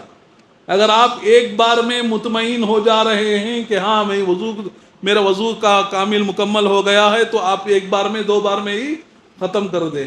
میں سمجھتا ہوں آج کے دور میں ہمارا پانی کی سہولت کی بنا پر ہمارے پاس 1 بار یا 2 بار میں ہی الحمدللہ پاک صاف ہو جاتا ہے، اور ہاتھاں اتنے غلیظ بھی نہیں رہتے کہ آئل کے کہ لگا کر جو ہے لگڑ کر دھونے کی ضرورت بھی نہیں ہے۔ اچھا الحمدللہ 5 اسٹیپ نماز پڑھنے والا 2 بار بھی دھو لیتا ہے تو کافی ہو جاتا ہے۔ تو 2 بار 3 بار بہت زیادہ ہے۔ ہمیشہ 3 بار ہی دھونا میں بھی سمجھتا ہوں یہ اسراف ہے، یہ اسراف۔ ہاں 3 بار اجازت ہے، 3 بار سے زیادہ دھونا یہ اسراف اور گناہ ہے۔ تو آپ سب سے پہلے ہاتھ دھوئیں گے، انگلیوں میں خلال کریں گے، انگوٹھی ہے تو انگوٹھی کو خلال کریں گے، یہ کلائیوں تک 3 مرتبہ دھوئیں گے۔ پھر اس کے بعد اگر سب سے افضل کیا ہے، پانی ہاتھ میں لے کر کلی اور ناک میں پانی دونوں ایک ساتھ کرنا، یہ افضل ہے۔ کیسے سمجھ میں آیا؟ کلی بھی اسی چلو سے، ایک جو ہاتھ میں ہمیں پانی لیا نا، ایک پانی سے کلی اور ناک دونوں ایک ساتھ دھونا، یہ آسان ہے اور پانی کی بچت بھی ہوتی ہے، یہ افضل بھی ہے۔ ہاں اگر آپ الگ الگ بھی دھونا چاہے تو دھو سکتے ہیں، کلی بھی الگ 3 مرتبہ کر سکتے ہیں، 2 مرتبہ بھی کر سکتے ہیں، اور ناک میں پانی ڈال کر، حدیث میں آتا ہے ناک کو اچھی طرح چھنکنا چاہیے، جھڑکنا چاہیے، اس سے چستی بھی ہوتی ہے اور انسان چوبند بھی ہو جاتا ہے، تو اس لیے ناک کو جھاڑنا ضروری بھی ہے۔ پھر اس کے بعد 3 بار 2 بار یا 1 بار میں دھونے کے بعد کلی اور ناک میں آپ اپنے چہرے کو جو ہے، یہ چہرہ ہمارا یہ ہے نا، یہ چہرہ پورا ہے، یہ چہرہ میں داڑھی بھی آ جاتی ہے، آپ 2 مرتبہ یا 3 مرتبہ پانی لے کر دھوتے وقت جو ہے اس میں خصوصی طور پر داڑھی میں 1 مرتبہ اس طرح خلال کر لیں، اس طرح خلال کر لینا، لگڑنا ضروری نہیں، غسل میں لگڑنا ضروری ہے، یہاں وضو میں جو ہے آپ صرف اس طرح خلال کر لیے تو کافی ہو جائے گا، خلال کرنا ہے۔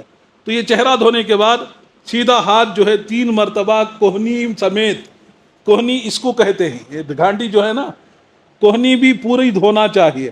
ہاں، غر المعجلین حدیث میں آتا ہے نا، اللہ کے نبی نے فرمایا تو بعض صحابہ اللہ کے نبی نے فرمایا تمہارے ہاتھ قیامت کے دن وضو کے اعضاء چمکیں گے، تو صحابہ یہاں تک دھونے لگے. تو پوچھا جا گیا تو کہے کہ اللہ کے رسول ہماری چمکاہٹ بڑھانا چاہتے ہیں ہم لوگ. تو ایک شوق تھا صحابہ کا بھی. تو آپ حدیث میں ہے یہاں تک ہاتھ دھونا ہے کوہنیوں تک. یہ سیدھا ہاتھ 3 مرتبہ یا 2 مرتبہ یا 1 مرتبہ بھی ہو سکتا ہے. پھر جو ہے بایاں ہاتھ دھوئے. پھر اس کے بعد سیدھا پیر جو ہے آپ ٹخنا سمیت جو ہے ٹخنے کے ساتھ یہ سر کا پہلے اس سے پہلے جو ہے دونوں ہاتھ دھونے کے بعد سر کا مسح کرنا ہے.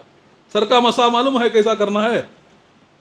یہ ہمارا ہاتھ جو ہے یہاں سے شروع کرنا ہے، یہاں سے شروع کر کے ہماری گدی تک جانا ہے. گدی یہاں ہے نا، یہاں تک جا کر پھر واپس یہیں لانا ہے. یہ لانے کے بعد اپنی شہادت کی انگلی ہے، یہ انگلی کان میں ڈال کر پیچھے سے جو ہے اس طرح کرنا ہے. سمجھ میں آئی بات؟ سمجھ میں آ گیا؟ پھر جو ہے اتنا ہی ہے. گردن کا مسح بدعت ہے. کیا ہے؟ گردن کا مسح کسی صحیح حدیث میں ثابت نہیں ہے. یہ بات ذہنوں میں رکھیے. گردن کے مسح کے بعد بہت سارے لوگ یوں کر کے بولتے مسکولا پھر آتے نہیں گوشت والے، اس طرح یوں کرتے. یہ نہیں ہے، حدیثوں میں سب نہیں ہے. تو یہ سب بدعتیں ہیں. اس طرح بدعتوں کو ایجاد کرنا غلط بات ہے. سر کا مسح ہونے کے بعد جو ہے سیدھا پیر کو یہ شہادت کی یہ انگلی ہے نا، حدیث میں آتا ہے اس انگلی کے ذریعے اللہ کے نبی خلال کرتے تھے انگلیوں کے درمیان. تو اس طرح یہ پیر یہاں ٹخنا سمیت دھونا 3 بار. یہ داواں پیر بھی جو ہے 3 بار دھونا چاہیے. بسم اللہ پڑھے آپ. اب اس کے بعد کیا پڑھنا ہے؟ وضو کے بعد کی دعا سبحان اللہ والحمد للہ ولا الہ الا اللہ واللہ اکبر. ایک حدیث میں آتا ہے اللہم اجعلنی من التوابین وجعلنی من المتطہرین آتا ہے. جو بھی صحیح حدیثوں میں ہے وہ دعا آپ پڑھ سکتے ہیں. یہ وضو کا طریقہ ہے، یہ آسان طریقہ ہے. اس آسان طریقے پر عمل کرنا ہمارے لیے ضروری ہے. اللہ سے امید ہے آپ اس پر عمل کریں گے ضرور. السلام علیکم ورحمۃ اللہ وبرکاتہ. محترم حاضرین، جیسا کہ آپ نے غسل جنابت کا طریقہ، وضو کا طریقہ اور تیمم کا طریقہ قرآن و سنہ کی روشنی میں حدیثوں کی روح سے دیکھا آپ نے. میں آپ کے سامنے پریکٹیکل وضو کیسے بنایا جاتا ہے وہ بتاؤں گا حدیث کی روشنی میں. سب سے پہلے بہتر یہ ہے کہ آپ لوٹے میں پانی لے کر وضو بنائے تو پانی کی بچت بھی ہوگی اور دوسرا جو ہے صحیح وضو بھی ہوگا. نل وغیرہ میں آسانی ہے لیکن پانی زیادہ ضائع ہونے کا خدشہ زیادہ رہتا ہے. اگر پانی زیادہ ضائع نہیں کر رہے ہیں تو نل میں بھی آپ بنا سکتے ہیں. میں آپ کو لوٹے میں یہاں جگ میرے سامنے موجود ہے، اس جگ میں ایک پانی بھرا ہوا ہے. وضو کیسے بنانا میں آپ کو بتاؤں گا. پہلے بسم اللہ پڑھیں گے. بسم اللہ بول کر جو ہے آپ یا تو ہاتھ وغیرہ پاک ہے تو لے لیں، بسم اللہ بول کر اس طرح کریں. بسم اللہ. انگوٹھی ہے تو انگوٹھی کو جو ہے خلال کر لے. یہ ایک بار ہو گیا بس ہے کافی. ایک بار میں بھی کافی ہے، 1 بار 2 بار 3 بار بھی کر سکتی. میرا 1 بار میں کافی ہو گیا. پھر آپ انگلی ہاتھ ڈال کر بھی لے سکتے ہیں پانی. بسم اللہ. میں ایک ساتھ جو ہے ایک چلو پانی میں کلی اور ناک میں پانی دونوں ایک ساتھ کیا ہوں. یہ دونوں ہو گئے.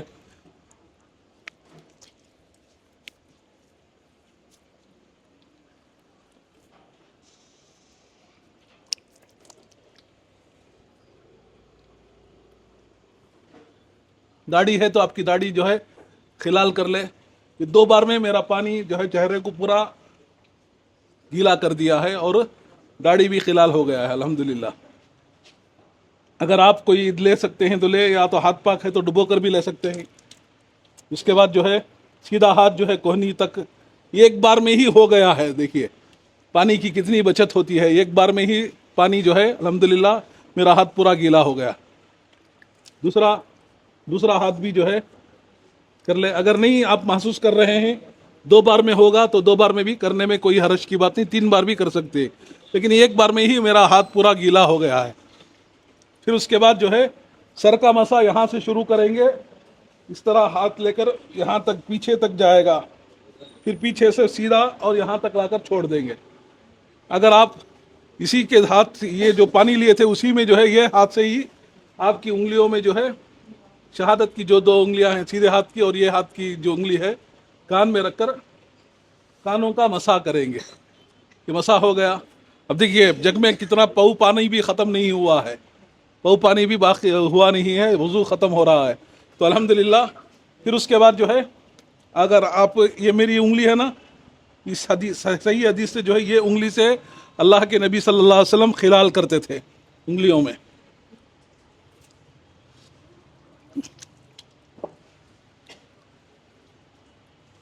ٹخنا جو ہے پورا بھیگنا ضروری ہے. ٹخنا, اسے ٹخنا بولتے ہیں, پورا بھیگنا ضروری. سیدھا پیر ہو گیا.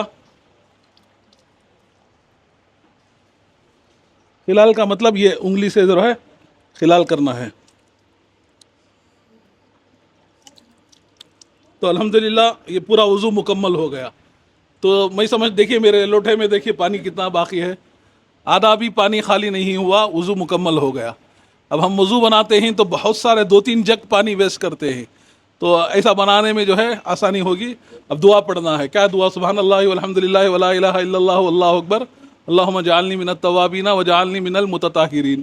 اور بھی بہت ساری دعائیں ہیں وضو کے بعد کی, وہ دعائیں پڑھ سکتے ہیں جو صحیح حدیثوں سے ثابت ہیں. الحمدللہ اللہ سے امید ہے آپ اس طرح وضو بنائیں گے. اور ایک دوسرا مسئلہ جو چھوٹ گیا ہے مسح کا مسئلہ ہے. مسح علی الخفین, موزوں پر مسح کرنا. پہلے چمڑے کے موزے ہوا کرتے تھے, چمڑے کے موزے پہن رہے ہیں تو مسح کر سکتے ہیں, یا آپ ساکس پہن رہے ہیں. ساکس کے سلسلے میں بعض علماء کا قول یہ ہے کہ موٹے ہو ساکس, بہت پتلے ایسے ساکس جس میں آپ کی چمڑی نظر آ رہی ہے ایسے ساکس پر مسح کرنا ٹھیک نہیں ہے, بلکہ موٹے ہو, اور وہ بھی آپ کے ٹخنے سے اوپر ہو تو مسح کر سکتے ہیں, ٹخنے سے نیچے ہو تو مسح نہیں کرنا چاہیے. بعض علماء کا قول ہے کہ ٹخنے سے نیچے ساکس پہنتے نا, کون سے ساکس وہ اینکل بہت چھوٹے پہنتے ہیں نیچے, ٹخنے سے نیچے, اس میں مسح ٹھیک نہیں ہے. ٹخنے سے اوپر اگر ساکس پہن رہے ہیں تو اس پر مسح کرنا جائز ہے. مسح جو ہے مقیم آدمی, مقیم مطلب بستی میں رہنے والے کے لیے 3 دن, 1 دن اور 1 رات جو ہے اس پر مسح کر سکتا ہے. وہ مسح کا مطلب آپ کا وضو ٹوٹ رہا ہے تو آپ ساکس نکالنے کی ضرورت نہیں, پورا وضو بنا کر پیروں پر پانی لے کر جو ہے یہ انگلی ہے نا اس طرح پھیر دے, سیدھے ہاتھ سے سیدھے اوپر, دائیں ہاتھ سے اس طرح پھر مسح ہو گیا آپ کا پیروں. بہت سارے احباب جو ہے وضو کے بعد قبلے کی طرف دیکھ رہے ہیں, اشہد ان لا الہ الا اللہ. نہیں ایسا صحیح نہیں ہے. نہیں, مسح کے سلسلے میں بات ہو جانے دیجئے پہلے. تو یہ مسح مقیم آدمی, بستی والا آدمی 1 دن اور 1 رات 24 گھنٹے ٹائم کر سکتا ہے. مسافر آدمی 3 دن اور 3 رات تک مسح علی الخفین, موزوں پر ایک ہی بار ایسا کریں آپ, بس خلاص ایسا ہو گیا. دائیں ہاتھ سے سیدھے یہ ایک ایسا کر لیے, بس ہو گیا, مسح ہو گیا. تو گیلے انگلیوں سے, پانی بھی تو مت پڑے ہے پچھلے کے ساکس بھیگ جائیں گے, گیلے انگلیوں سے صرف اوپر کا حصے میں پھیر لے تو کافی ہو جائے گا. یہاں سے اوپر سے یہاں تک کھینچ لے ہاتھ, تو اتنا ہی ہے. یہ مسح ہے. مقیم آدمی 1 دن اور 1 رات, مسافر 3 دن اور 3 رات تک مسح کر سکتا ہے. یہ آسانی اسلام ہمیں دیا ہے. الحمدللہ, جزاک اللہ خیر وحسن الجزا. ہاں جا سکتا ہے, استنجا جا سکتا ہے. ساکس نکال دیے تو آپ کا وضو ٹوٹ گیا, مطلب جو ہے وضو بنانا پورا پیر دھونا پڑے گا آپ کو, مسح نہیں ہو سکتا. جزاک اللہ. بسم اللہ الرحمن الرحیم. مسافر اور مقیم کے لیے مسح کرنے کی مدت کیا ہے اپنے موضع پر, تو اس حوالے سے صاف اور صریح روایت موجود ہے نبی اکرم صلی اللہ علیہ وسلم سے, جس میں نبی اکرم صلی اللہ علیہ وسلم نے مسافر کے لیے اور مقیم کے لیے دونوں کے لیے اس کے وقت کو واضح کیا ہے. جو شخص مقیم ہے, جو اپنے شہر میں ہے, اس کے لیے جو مدت ہے وہ دن اور رات 24 گھنٹے اس کے پاس مدت ہے, اور جو مسافر ہے اس کے لیے 3 دن اور 3 رات یعنی 3 مکمل دن اس کے پاس مدت ہے مسح کرنے کی. اس کے دوران وہ مسح کر سکتا ہے. ایک اہم بات ہے اس میں یہ ہے مسح کرنے والے کے لیے کہ مسح کرنے کے لیے کچھ شروط ہیں. سب سے پہلی شرط یہ ہے کہ جب موزے کو پہنا گیا ہے اس وقت وہ شخص باوضو ہو, اسی شخص کے لیے موزے پر مسح کرنے کو جائز کہا گیا ہے.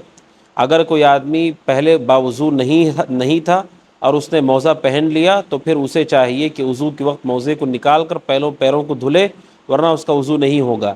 اس لیے کہ نبی اکرم صلی اللہ علیہ وسلم ایک مرتبہ کسی مقام پر آپ وضو کر رہے تھے، اور جب پیر دھلنے کی بات آئی تو صحابی رسول نے اسے نکالنا چاہا جو آپ نے پہنا تھا پیروں میں، تو آپ نے فرمایا علیہ السلام دعہما، آپ نے کہا چھوڑ دو، اس لیے کہ میں نے طہارت کی حالت میں انہیں پہنا ہے۔ یعنی اگر طہارت کی حالت میں کوئی پہنتا ہے موزے کو، ساکس کو، تو اسے وضو کرنے کے وقت یہ چھوٹ ملتی ہے کہ وہ مسح کر سکتا ہے۔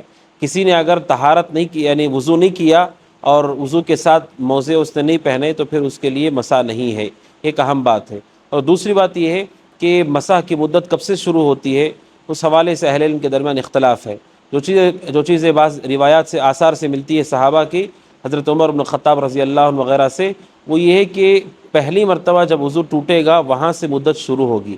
مثال کے طور پر اگر کوئی شخص ایسا ہے کہ جس نے وضو کر کے ظہر کے وقت موزے کو پہن لیا، تو وہاں سے اس کا 24 گھنٹے کا وقت شروع نہیں ہوگا، بلکہ جب وضو کر کے ساکس پہننے کے بعد کچھ وقت گزرنے کے بعد جب اس کا وضو ٹوٹتا ہے، وضو ٹوٹنے کے بعد وہ دوبارہ وضو کرتا ہے نماز کے لیے یا عبادت کے لیے کسی بھی مقصد سے، اور جو پہلا وضو رہے گا ٹوٹنے کے بعد اس وقت جو مسح کرتا ہے وہ مسح کے ساتھ 24 گھنٹے کا وقت شروع ہو جاتا ہے۔ تو لہٰذا اس وقت کے بارے میں بھی ہم جان لیں کہ مجرد صرف پہننے سے 24 گھنٹے کا وقت شروع نہیں ہوتا ہے، بلکہ پہننے کے بعد باوضو حالت میں موزے کو پہن لینے کے بعد پہلی مرتبہ جب آدمی وضو کرتا ہے اور مسح کرتا ہے وہاں سے اس کی مدت شروع ہوتی ہے۔ اور تیسری اہم بات ہے وہ یہ ہے کہ کچھ لوگ یہ سمجھتے ہیں کہ صرف چمڑے کے موزے پر ہی مسح کیا جائے گا، خفین پہ ہی مسح کیا جائے گا، جبکہ جورب جسے کہا جاتا ہے، چمڑے کے علاوہ اون سے، کپڑے سے یا کسی اور چیز سے بنے ہوئے موزے پر بھی مسح کرنا یہ صحیح ہے، بلکہ حضرت عمر بن الخطاب رضی اللہ عنہ، حضرت علی رضی اللہ عنہ، عبداللہ بن مسعود رضی اللہ عنہ، انس بن مالک رضی اللہ عنہ، دیگر بہت بڑے صحابہ سے اور صحابہ کی ایک جماعت سے منقول ہے کہ انہوں نے موزے کے اوپر مسح کو جو کہ چمڑے سے نہیں تھے اس کو صحیح قرار دیا، اور صحابہ اکرام کی اتنی بڑی تعداد اس کو صحیح مانتی تھی اور کسی نے بھی ان کی مخالفت نہیں کی ہے۔ لہٰذا یہ سمجھنا کہ یہ صرف چمڑے کے موزے کے لیے ہے، ایسا نہیں ہے، بلکہ صحابہ اکرام کا اجماع ہے، اجماع سکوتی ہے اس بات پر کہ اگر چمڑے کا موزہ نہ بھی ہو، کوئی اور ساکس بھی ہو جو اون سے بنا ہے، کپڑے سے بنا ہے، اس کے اوپر بھی مسح کرنا جائز ہے۔ یہ تیسری اہم بات ہے۔ اور چوتھی اہم بات ہے وہ یہ ہے کہ مسح کرنے والا شخص جو ساکس یا موزے پہنتا ہے وہ صرف وضو کے لیے اس میں فائدہ اٹھا سکتا ہے، اگر غسل فرض ہو گیا تو پھر اسے ساکس نکالنے ہوں گے اور نکال کر کے اسے غسل کرنا ہوگا۔ اور آخری بات ہے وہ یہ ہے کہ کیا اگر ساکس تھوڑے سے کہیں پھٹے ہوئے ہوں اس سے مسح کیا جا سکتا ہے کہ نہیں؟ علماء نے کہا کہ اگر تھوڑے ساکس کہیں سے پھٹے ہوئے ہوں، موزے پھٹے ہوئے ہوں، اس پر مسح کرنا جائز ہے، کیونکہ جو مہاجرین تھے ان میں کی بڑی تعداد ایسی تھی جو فقراء تھے، ان کے پاس مال نہیں تھا، ان کے جو موزے تھے یقیناً وہ موزے پوری طرح سے صحیح سالم نہیں تھے، وہ کہیں نہ کہیں سے پھٹے ہوئے تھے۔ جب مہاجرین کا مسح اس کے اوپر ہو گیا، اس لیے ہم میں سے کوئی شخص ایسا ہے جس کے ساکس کہیں سے پھٹ جاتے ہیں تو اس کے اوپر بھی مسح کیا جا سکتا ہے، واللہ تعالی عالم۔ تیمم کا طریقہ بتائیں گے شیخ؟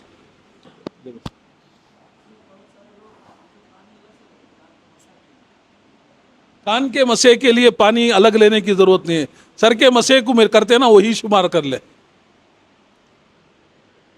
السلام علیکم ورحمۃ اللہ وبرکاتہ۔ الحمد للہ وحدہ والصلاة والسلام علی من لا نبی بعدہ، اما بعد، اعوذ باللہ من الشیطان الرجیم من حمزہ ونفخہ ونفثہ، بسم اللہ الرحمن الرحیم، وَإِن لَّمْ تَجِدُوا مَاءً فَتَيَمَّمُوا صَعِيدًا طَيِّبًا۔ اللہ رب العالمین کے لیے حمد و ثنا، سبحان اللہ والحمد للہ ولا الہ الا اللہ واللہ اکبر۔ اللہم صلی وسلم علی نبینا محمد۔ معزز علماء کرام، برادران اسلام اور خواتین اسلام، بڑے اہم موضوعات پر ہم نے غسل جنابت اور وضو کے طریقے پر احادیث کی روشنی میں کچھ باتیں سنی۔ اب اس ضمن میں غسل کے لیے بھی پانی شرط ہے اور وضو کے لیے بھی پانی شرط ہے۔ اگر پانی کسی بندے کو میسر نہ ہو، اسے نماز کا وقت بھی ہو گیا ہے، وضو بھی کرنا ہے، غسل واجب ہو گیا، مرد حضرات کو یا میاں بیوی کو یا عورت کو حیض و نفاس کے بعد اسے یا استحاضہ کے بعد اسے غسل کرنا ہے، اور پانی نہیں مل رہا ہے تو کیا کریں گے؟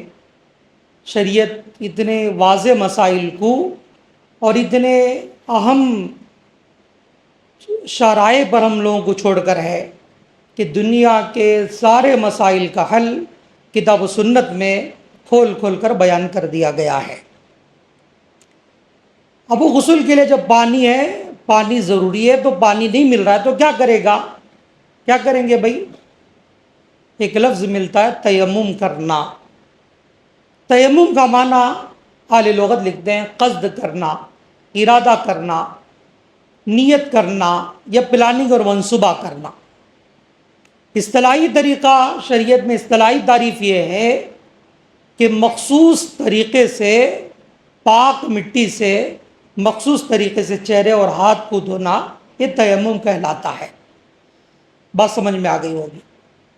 قرآن کریم آپ پڑھیں گے تو اللہ تبارک و تعالیٰ قرآن کریم میں کہتا ہے، وضو کے احکام بیان ہو رہے تھے اور وہاں یہ بات کہی گئی اگر پانی نہ ملے تمہیں فَإِن لَمْ تَجِدُوا مَاءً، اگر تمہیں پانی نہیں مل رہا ہے تو کیا کریں گے؟ فَتَيَمَّمُوا صَعِيدًا طَيِّبًا، پاک مٹی سے۔ تو معلوم ہوا مٹی دو طرح کی ہوتی ہے، گندی اور پاک۔ تو پاک مٹی کا انتخاب کریں گے اور پاک مٹی سے تیمم کریں گے۔ تیمم کب کریں گے؟ طریقہ میں آپ کو آگے بتلاؤں گا۔ وضو کے لیے، نماز کے لیے وضو کرنا ہے، تیمم کریں گے۔ حدیث میں آتے کہ اللہ کے رسول صلی اللہ علیہ وسلم نے فرمایا، مجھے اللہ تبارک و تعالیٰ نے 5 چیزیں دیا۔ مجھ سے پہلے کسی نبی کو اللہ تبارک و تعالیٰ کسی انسان کو وہ چیزیں نہیں دیا۔ ان میں سے ایک ہے وَجُعِلَتْ لِلْأَرْضُ مَسْجِدًا وَطَهُورًا، وہ مسلم کی روایت ہے، وَتُرْبَتُهَا لِطَهُورًا، اور میرے لیے زمین پوری کی پوری سجدہ گاہ اور پاکیز اور پاک اور اس کی مٹی کو میرے لیے پاک بنا دیا گیا۔ جہاں نماز کا وقت ملے نماز پڑھ لوں اور اس کی مٹی سے تیمم کر کے نماز ادا کر لوں۔ اور مسند احمد کی روایت ہے کہ میرے لیے زمین کی مٹی کو پاک کر دیا گیا۔ تو معلوم ہوا کہ اللہ تبارک و تعالیٰ اللہ کے نبی صلی اللہ علیہ وسلم کو یہ 5 چیزوں میں ایک خاص چیز زمین اور اس کی مٹی کو پاک اللہ تبارک و تعالیٰ نے بنا کر دیا، اور یہ امت محمدیہ کے لیے اللہ تبارک و تعالیٰ نے یہ چیز آسانی کر دی۔ اللہ کے نبی صلی اللہ علیہ وسلم نے فرمایا اگر کسی بندے کو پانی نہیں ملتا ہے تو وہ تیمم کرے گا۔ تیمم کب کرے گا؟ جب پانی نہیں ملتا تب، اور اس کے علاوہ پانی ہے مگر ایسا مریض ہے یا ایسا کمزور انسان ہے، ایسا بیمار ہے، اگر وہ پانی استعمال کرے گا تو اس کی بیماری میں شدت یا بیماری بڑھنے کا خدشہ ہو تو بندہ کیا کرے گا؟ تیمم کرے گا۔ یا اسے ایسی کسی ایک عضو کے ضائع ہو جانے کا خطرہ ہے، اگر پانی استعمال کریں گے کوئی پارٹس پر اس کا اثر ہوگا، تب اگر اسے ڈاکٹر یا طباء اسے روکے ہوں تو تب بھی وہ تیمم کرے گا۔ ایک حدیث ہے مسلسل نبی داؤد کی، علامہ البانی رحمۃ اللہ نے حدیث کو صحیح قرار دیا کہ اگر کسی بندے کو 10 سال تک پانی نہیں ملتا، کتنے سال تک؟ 10 سال تک پانی نہیں ملتا، تب بھی وہ تیمم کر کے نماز پڑھے گا، تیمم کو غسل کے طور پر استعمال کرے گا، ساری چیزیں وہ اپنائے گا۔ پھر آگے کہا گیا اگر اسے پانی مل گیا 10 سال کے بعد فَلْيَتَّقِ اللَّهَ، اسے اللہ سے ڈرنا چاہیے اور اللہ سے ڈر کر پانی استعمال کرنا چاہیے۔ اب وہ بہانہ نہیں کرے گا کہ مجھے 10 سال سے پانی استعمال نہیں کیا، تیمم کی عادت پڑ گئی ہے، یہ نہیں بولے گا، بلکہ اللہ سے ڈر کر اللہ کے لیے وہ تیمم کرے گا۔ اب یہ آ کر وضو کے لیے بھی ایسا کرے گا۔ اللہ کے رسول صلی اللہ علیہ وسلم نے 2 صحابہ کرام سفر پہ تھے تو وہ واپس آئے تو ان میں سے نماز کا وقت ہو گیا تو ان دونوں نے تیمم کیا۔ تیمم کیا تو تیمم کر کے نماز ادا کر لی۔ پھر جیسے نماز ختم ہوئی فوراً انہیں پانی مل گیا تو ایک نے اسی تیمم سے ادا کی ہوئی نماز کو کافی سمجھ لیا. دوسرے نے پھر جو پانی مل گیا اس پانی سے اس نے کیا کیا, وضو کر کے دوبارہ نماز ادا کر لی. دونوں اللہ کے نبی صلی اللہ علیہ وسلم کی خدمت میں پہنچے تو اللہ کے نبی صلی اللہ علیہ وسلم نے ان سے فرمایا, دونوں نے اپنی اپنی بات پیش کی. تو اللہ کے رسول نے جس نے تیمم سے کہا, وضو کیا تھا, نماز ادا کیا تھا, اس سے کہا تو نے سنت کو پہنچا اور دوہری نماز ہو گئی. جس نے دوبارہ وضو کر کے نماز ادا کیا تھا اس سے اللہ کے نبی صلی اللہ علیہ وسلم نے فرمایا تو نے دوہرا اجر, 2 نیکی کے کام کیے, اس لیے تجھے دوہرا اجر ملے گا. ایک آ کر تیمم سے نماز ادا کیا تھا, دوسرا وضو کر کے نماز ادا کیا تھا, اور اس کی جو پہلے جو تیمم سے ادا کیا تھا اس کی نماز کو دوبارہ دہرانے کا حکم نہیں دیا گیا بلکہ وہی کافی تھا. تو یہ اللہ کے نبی صلی اللہ علیہ وسلم نے وضو کے لیے بھی کہا. اب غسل کے لیے بھی ایسا ہی ہے. کسی جگہ آپ کو غسل واجب ہو گیا, نماز کا وقت ہو رہا ہے, فجر کے لیے جانا ہے, پانی نہیں مل رہا ہے, بہت زیادہ ڈھونڈے, وہاں یہاں دیکھے, تلاش کیے, پانی نہیں مل رہا ہے. جیسے مریض ہیں آپ, کیا پانی استعمال کرے تو آپ کی بیماری بڑھ جائے گی, تو اب آ کر تیمم وہ غسل کرے گا, وہ بھی تیمم کے شکل میں ہی, وہ تیمم کی شکل میں ہی کرے گا. جابر بن عبداللہ, جابر رضی اللہ عنہ کہتے ہیں, عمار بن یاسر رضی اللہ عنہ کی ایک حدیث ہے ابو داؤد اور مسلم کی, کہتے ہیں کہ اللہ کے نبی صلی اللہ علیہ وسلم, عمار بن یاسر رضی اللہ عنہ کو غسل واجب ہو گیا تو انہوں نے کیا کیا, جس طرح جانور زمین میں لڑتے ہیں, آپ دیکھتے ہوں گے لوٹ پوٹ کرتا ہے, اس طرح انہوں نے بھی زمین میں لوٹ پوٹ کی. تو اللہ کے رسول کے پاس آئے, اللہ کے رسول غسل واجب ہو گیا تھا, اب غسل کرنے کے لیے پانی دیکھا تو نہیں ملا, تو میں نے زمین میں جانوروں کی طرح لوٹ پلٹ کرنے لگ گیا. اللہ کے رسول نے اس وقت کہا ایک فیکا, تیرے لیے اتنا ہی کافی تھا کہ تو تیمم کر لیتا. وہ تیمم کا طریقہ اللہ کے رسول نے بتلایا تو غسل واجب ہو گیا. تب بھی بندہ تیمم کر لے گا تو کافی ہو جائے گا. یا پھر کہا گیا, ایک دوسری روایت ہے, اللہ کے نبی صلی اللہ علیہ وسلم نے, جابر رضی اللہ عنہ حدیث کے راوی ہیں, اللہ کے نبی صلی اللہ علیہ وسلم نے ایک جنگ میں لوگوں کو بھیجا تھا. اس جنگ میں ایک آدمی کو غسل واجب ہو گیا تھا. غسل واجب ہو گیا تو انہوں نے پوچھا میں کیا کروں, غسل واجب ہو گیا ہے اور اس جنگ میں میرا سر بھی پھوٹ گیا ہے. اس صحابہ کرام جو تھے انہوں نے کہا تمہارے لیے غسل کرنا ضروری ہے, پانی بھی موجود ہے. میں نے شروع میں کہا کہ بیمار ہو تب بھی جا کر وہ پانی استعمال نہیں بلکہ تیمم کرے گا. اب یہاں صحابہ کرام نے کہا کہ نہیں پانی موجود ہے تو آپ کو کیا کرنا ہوگا, غسل کرنا ہوگا. تو جیسے انہوں نے غسل کیا, پانی نہایا تو وہ زخم شدت اختیار کر گیا, سر میں زخم لگا تھا, پھر اسی زخم کی وجہ سے, اس پر پانی نہانے کی وجہ سے ان کا انتقال ہو گیا. اب یہ شکایت اللہ کے نبی صلی اللہ علیہ وسلم کے پاس پہنچی. ذرا توجہ سے سنیے اللہ کے رسول کا فیصلہ مبارک کیا تھا. اللہ کے رسول صلی اللہ علیہ وسلم نے کیا فرمایا, قاتلہم اللہ, قاتلہم اللہ, اللہ انہیں ہلاک اور برباد کرے یا ان کو اللہ مار ڈالے جنہوں نے اپنے بھائی کو مار ڈالا. ان کو مسئلہ معلوم نہیں تھا تو پوچھنا چاہیے تھا. جہالت کا علاج سوال کرنے میں ہے. معلوم نہیں ہے مسائل, اس کو پوچھیں گے, معلوم کریں گے. رب العالمین نے قرآن کریم میں فرمایا فَاسْأَلُوا أَهْلَ الذِّكْرِ إِن كُنتُمْ لَا تَعْلَمُونَ, اہل علم سے مسئلے پوچھ لیا کرو اگر تمہیں معلوم نہیں ہے. یہاں اہل علم سے پوچھنا ہے, اہل علم بن کر فتوے نہیں دینا ہے. اگر کوئی آدمی بغیر علم کے فتویٰ دے گا, کیا کہا گیا, من افتیٰ بغیر علم فلیتبوأ مقعدہ من النار, جو بغیر علم کے فتویٰ دے گا وہ اپنا ٹھکانہ جہنم میں بنا لیتا ہے. تو اللہ کے رسول نے ان کو کہا کہ انہوں نے مسئلے کا جواب غسل کرنے کا حکم دے کر اپنے بھائی کو مار ڈالا. اللہ کے رسول نے ان کے لیے بد دعا کی کلمات کہتے ہوئے کہا قاتلہم اللہ, اللہ ان کو مار ڈالے.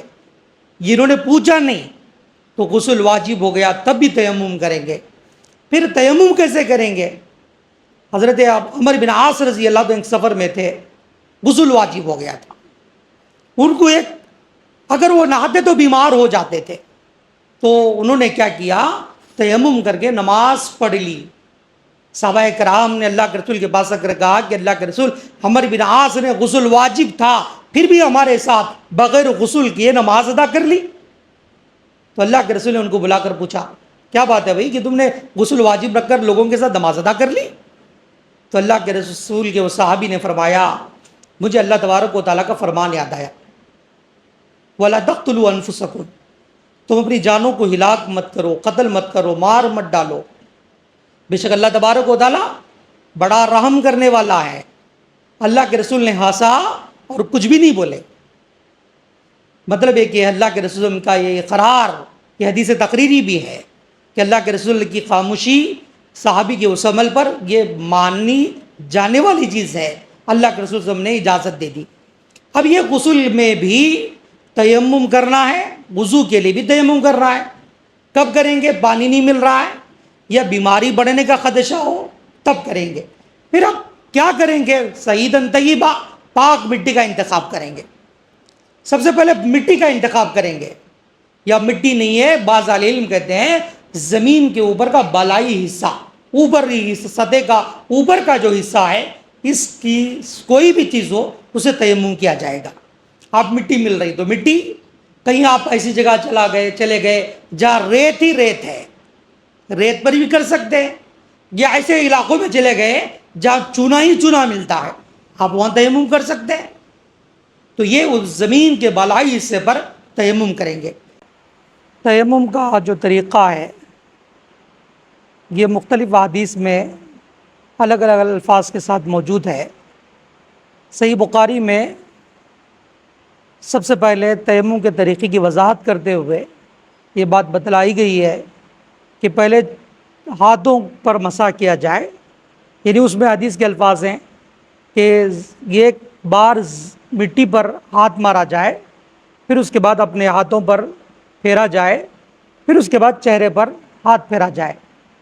اسی بخاری کی دیگر روایات اور سنن ابی داؤد وغیرہ کی اور دیگر کتب حدیث کی روایات، یہ ساری روایتیں اور قرآن کریم کی جو آیت کریمہ ہے اذا قمتم الی الصلاۃ فاغسلوا وجوہکم وایدیکم الی المرافق، اس آیت کریمہ میں سب سے پہلے چہرہ دھونے کا حکم ہے، بعد میں ہاتھیں دھونے کا حکم ہے۔ تو یہ ساری حدیثوں میں تطبیق یوں دی گئی کہ پہلے سب سے پہلے جس حدیث میں ہاتھ پر مسح کرنے کا ہے اور دوسری روایتوں میں پہلے چہرے پر مسح کرنے کی متعدد روایتیں ہیں، صرف ایک ہی روایت عمار بن یاسر رضی اللہ عنہ کی، اس میں چہرے پر مسح کرنا، اس کے بعد پہلے ہاتھوں پر مسح کرنا ہے، اس کے بعد چہرے پر مسح کرنے کی روایت آئی ہے۔ اس لیے ساری حدیثوں کو رکھ کر اہل علم نے یہ مناسب سب سے بہترین تطبیق یہ دی کہ پہلے آ کر زمین پر ہاتھ مارا جائے۔ میں آپ کو طریقہ بتلاتا ہوں۔ سب سے پہلے آ کر مٹی پر ہاتھ مارا جائے بسم اللہ کہہ کر، پھر اس پر پھونک مارے یا اس کو اچھی طرح جھٹکے، اس کے بعد چہرہ پر مسح کرے، اس کے بعد ایک مرتبہ سیدھے ہاتھ اور دائیں ہاتھ پر کے ہتھیلیوں پر مسح کر لے، یہی طریقہ، اور اس کے بعد آپ وضو کے بعد کی دعا پڑھ لیں۔ یہی طریقہ تیمم کا ہے جس کو اللہ کے نبی صلی اللہ علیہ وسلم کی حدیثوں میں تطبیق دے کر اہل علم نے ان مسئلے کو اخذ کیا گیا۔ اگر کوئی آدمی، سب سے پہلے طریقہ یہی ہے کہ پہلے پر چہروں پر مسح کیا جائے، اس کے بعد ہاتھ پر مسح کیا جائے۔ اگر بعض اہل علم نے ہاتھ پر مسح کرنے کی روایتوں کو بھی صرف بخاری کی وہ روایت کو لے کر انہوں نے اخذ کیا ہے، واللہ اعلم بالصواب۔ یہی طریقہ جو زیادہ اہل علم نے بیان کیا کہ پہلا چہروں پر مسح کیا جائے، اس کے بعد ہاتھوں پر مسح کیا جائے۔ السلام علیکم ورحمۃ اللہ وبرکاتہ۔ جزاک اللہ خیر۔ ابھی آپ نے وضو اور تیمم کے مسائل سنے قرآن و سنہ کی روشنی میں۔ ایک دو باتیں میں بتانا چاہتا ہوں تیمم کے تعلق سے۔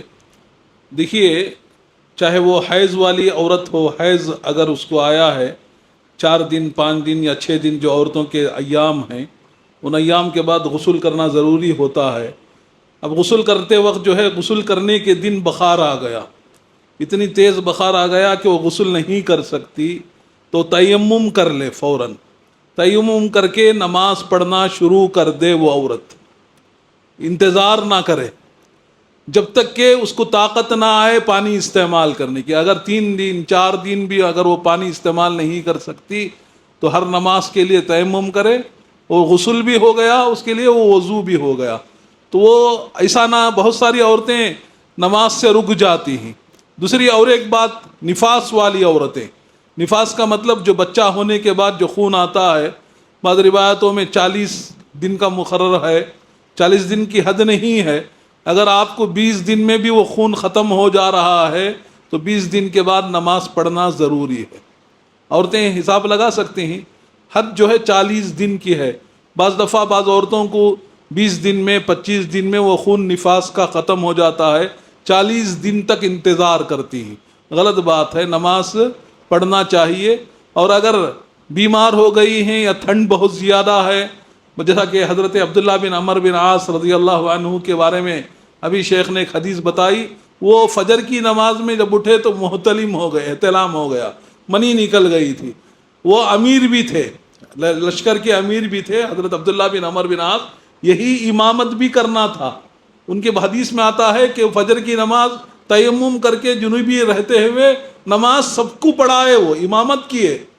امامت کرنے کے بعد جو ہے اللہ کے نبی کو پتہ چلا تو اللہ کے نبی صلی اللہ علیہ وسلم نے کہا، جنوبی ہو کر تو نے سب کو نماز پڑھا دی، جنوبی ہو کر تو نے نماز پڑھا دی. تب وہ قرآن کی آیت، عبداللہ بن عمر بن عاص نے کہا، اللہ جب رخصت دیا ہے اللہ کے رسول تو میں نے اپنے آپ کو بچا لیا. اللہ کے بھی نبی ہنسنے لگے. تو گویا مسئلہ یہ ہے کہ آپ دیکھیے ٹھنڈی رات، جیسا کہ ذات السلاسل جنگ کے موقع پر ایک صحابی کا واقعہ بھی آپ نے سنا، تو ایسی صورت میں اگر آپ فجر کو اٹھ رہے ہیں، احتلام ہو گیا ہے یا جماع کیے ہیں اپنی بیوی سے، اگر بہت ٹھنڈ ہے، پانی گرم پانی نہیں ہے، آپ اپنے آپ سے فتویٰ پوچھے. اگر میں سوچ رہا ہوں، مجھے معلوم ہے کہ اگر میں ٹھنڈا پانی نہاؤں گا تو میری بیماری بڑھ جائے گی یا ٹھنڈ ہو جائے گی یا کچھ بھی ہونے کا خدشہ ہے، تو فوراً آپ فجر نہ چھوڑے بلکہ تیمم کر کے فجر کی نماز پڑھ لے، فجر کی نماز پڑھ لینا. اس لیے کہ فتویٰ آپ خود اپنے آپ سے پوچھنا ضروری ہے. تو بہت سارے لوگ ان مسائل میں نمازیں چھوڑ دیتے ہیں، لیکن جو آسانی ہے وہ استعمال نہیں کرتے. حدیث میں آتا ہے یہ اللہ کی طرف سے ہمارے لیے قصر نماز یا تیمم کا مسئلہ، یہ سب جو ہے اللہ کی طرف سے صدقہ ہے. اے لوگو، اس صدقے کو اللہ کی طرف سے بندوں کے لیے ہے، تم قبول کرو، قبول کرنے میں تمہارے لیے آسانی ہے. اور اللہ کے نبی کی حدیث ہے نا، مسلم شریف کی حدیث ہے 2340 پر 1 نمبر ہے، جس میں اللہ کے نبی نے فرمایا، حضرت عائشہ سے روایت ہے، اللہ کے نبی کے سامنے 2 کام آتے جس میں وہ آسانی ہوتی تو وہ کام عمل کرتے، اللہ کے نبی قبول کر کے وہ کام، آسان والا کام عمل کرتے. تو اس لیے ہمارے لیے بھی ضروری ہے، آپ یہ محسوس کر رہے ہیں کہ میں یہاں کروں گا تو پریشانی ہوگی، جیسا کہ وہ صحابی کو فتویٰ دے کر دوسرے لوگ اس کی جان چلی گئی صحابی کی، تو اللہ کے نبی نے کہا کہ اللہ جن لوگوں نے اس طرح کا فتویٰ دے کر یہ کیا ہے اللہ ان کو قتل کرے. اس طرح کی اللہ کے نبی نے یہ یوں سمجھیے کہ سختی کا اظہار کیا اللہ کے نبی صلی اللہ علیہ وسلم نے. تو ایسی صورتوں میں ہم تیمم کو آسانی کے لیے استعمال کرنا بہت ضروری ہے. اللہ ہم سب کو نیک توفیق عطا فرمائے. اگر کوئی مسئلے ہو تو پوچھ سکتے ہیں، سوال ہو تو سوال کر سکتے ہیں. جی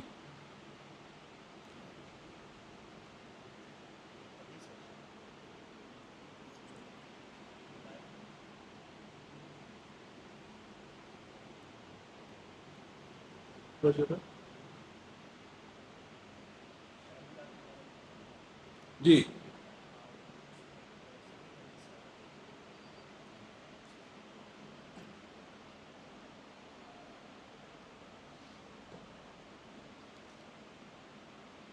دیکھیے، ایک اہم مسئلہ ہے وہ ہے کہ شرمگاہ کو چھونے سے وضو ٹوٹتا ہے کہ نہیں ہے. ابھی جو بھائی نے حدیث دکھائی، ایک مشہور حدیث ہے، اس میں نبی اکرم صلی اللہ علیہ وسلم کے پاس کسی نے آ کر کے پوچھا، کوئی آدمی اپنے شرمگاہ کو چھو لیتا ہے، اس کے بارے میں کیا حکم ہوگا؟ آپ نے کہا انما هو بضعۃ منک، وہ تمہارے جسم کا ایک حصہ ہے. جس طرح اپنے ہاتھ کو ہاتھ لگانے سے وضو نہیں ٹوٹتا، شرمگاہ بھی جسم کا حصہ ہے، اسے تمہارا وضو نہیں ٹوٹتا ہے. یہ ایک حدیث ہے. لیکن اس کے مقابلے میں حدیث بسرا ہے جس میں نبی اکرم صلی اللہ علیہ وسلم نے فرمایا من مس ذکرہ فلیتوضأ، کہ جس نے اپنے شرمگاہ کو چھوا اسے چاہیے کہ وہ وضو کرے، اسے چاہیے کہ وہ وضو کرے۔ دو حدیثیں ہو گئیں، ایک حدیث یہ کہتی ہے کہ وہ بھی تمہارے جسم کا حصہ ہے، اور دوسری حدیث یہ کہتی ہے کہ جو شرمگاہ کو چھو لے اسے چاہیے کہ وہ وضو کرے۔ دونوں حدیثوں پر کیسے عمل کیا جائے گا؟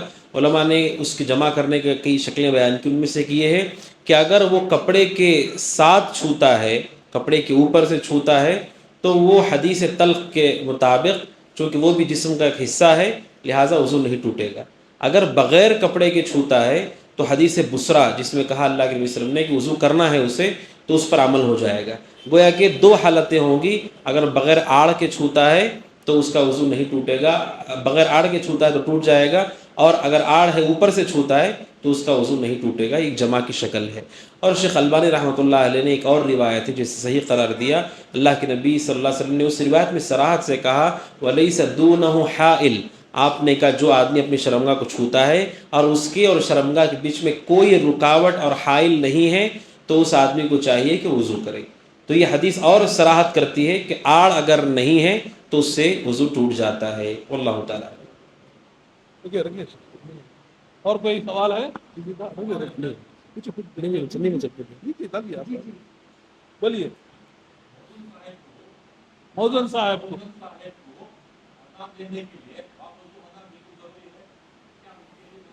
نہیں آپ بولیے سر۔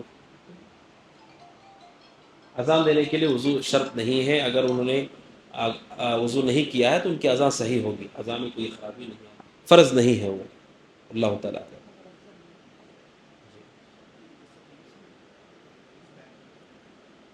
خواتین کی طرف سے ایک سوال آیا ہے، وضو ٹوٹنے کے اسباب بھی بیان بتا دے تو بہتر رہے گا۔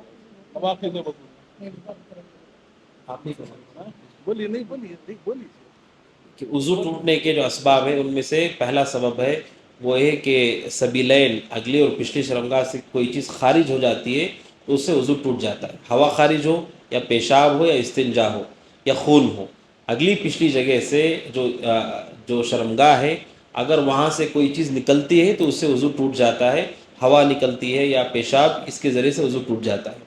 اور دوسری چیز ہے کہ اگر کوئی آدمی اپنے شرمگاہ کو بغیر آڑ سے چھو لے، جیسا کہ ابھی آپ کے سامنے بات آئی، تو اس سے وضو ٹوٹ جاتا ہے۔ نمبر 3، اگر کوئی گہری نیند میں سو جاتا ہے اس طرح سے کہ اس کو ہوش نہیں ہے، اس سے بھی وضو ٹوٹ جاتا ہے۔ نمبر 4، اگر کوئی بے ہوش ہو جائے اور وہ بعد میں ہوش میں آتا ہے تو اس کا وضو ٹوٹ جاتا ہے، اس لیے کہ جب نیند سے ہی وضو ٹوٹ گیا تو بے ہوشی تو اس سے بھی زیادہ چیز ہوتی ہے، لہٰذا اس سے وضو ٹوٹ جاتا ہے۔ اور اسی طرح اگر کوئی آدمی اون کا گوشت کھاتا ہے، اون کے گوشت کے ساتھ وضو ٹوٹ جاتا ہے، دوبارہ سے وہ وضو کرے گا۔ اللہ تعالیٰ۔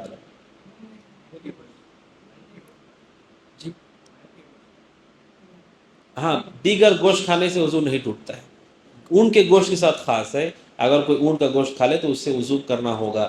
اور اسی طرح انہوں نے پوچھا اگر کوئی اونگتا ہے، اونگنے سے وضو نہیں ٹوٹتا ہے، لیکن اگر نیند لگ گئی اس طرح سے کہ آدمی کو ہوش نہیں ہے تو وضو ٹوٹ جاتا ہے، کیونکہ حدیث کے مطابق آنکھیں، انسان کا جاگنا وہ اس کی شرمگاہ کے لیے حفاظت کی ضمانت ہوتی ہے۔ اگر آنکھ بند ہو گئی اس کا مطلب اسے محسوس نہیں ہوگا ابھی کہ وہ کیا ہوا ہے اس کے ساتھ، اس لیے اگر گہری نیند میں ہے تو اس کا وضو ٹوٹ جائے گا، صرف اونگا ہے اسے تو اسے وضو نہیں ٹوٹتا ہے۔ اللہ تعالیٰ عالم۔ اور اسی طرح خواتین کے لیے بالخصوص، چونکہ خواتین کی طرف سے سوال آیا، استحاضہ اور حیض، نفاس، اس کی وجہ سے وضو ٹوٹ جاتا ہے، خون کے نکلنے کی وجہ سے، اس لیے کہ وہ بھی سبیلین سے نکلنے والی چیز ہے، اس سے وضو ٹوٹ جاتا ہے۔ اللہ تعالیٰ عالم۔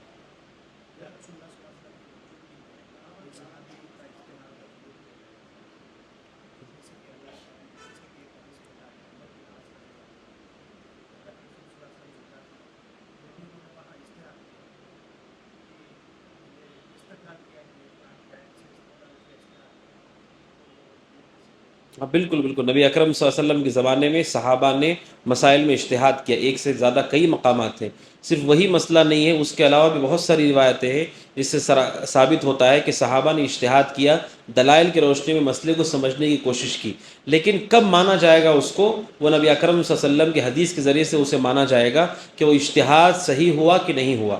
جب انہوں نے دونوں لوگوں نے، جیسے ابھی شیخ نے بتایا، شیخ ذبیح اللہ حفظہ اللہ نے، کہ دو لوگوں نے وضو کی تیمم کیا، نماز پڑھ لی، نماز کے بعد ایک نے نماز کو دوبارہ دہرایا پانی ملنے کے بعد اور ایک نے نہیں دہرایا، تو نبی صلی اللہ علیہ وسلم نے جس نے نہیں دہرایا ان سے کہا اصبت السنہ، تم نے سنت کو پایا، یعنی وہ شخص سنت پر ہے کہ دہرانے کی کوئی حاجت نہیں تھی، اور سنت یہ ہے کہ اسی پہ اکتفا کرے۔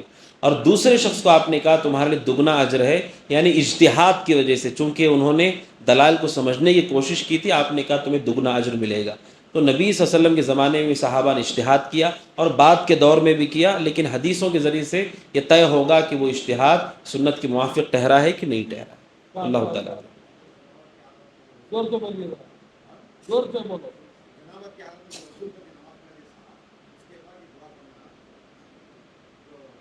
وضو کے بعد کی دعا،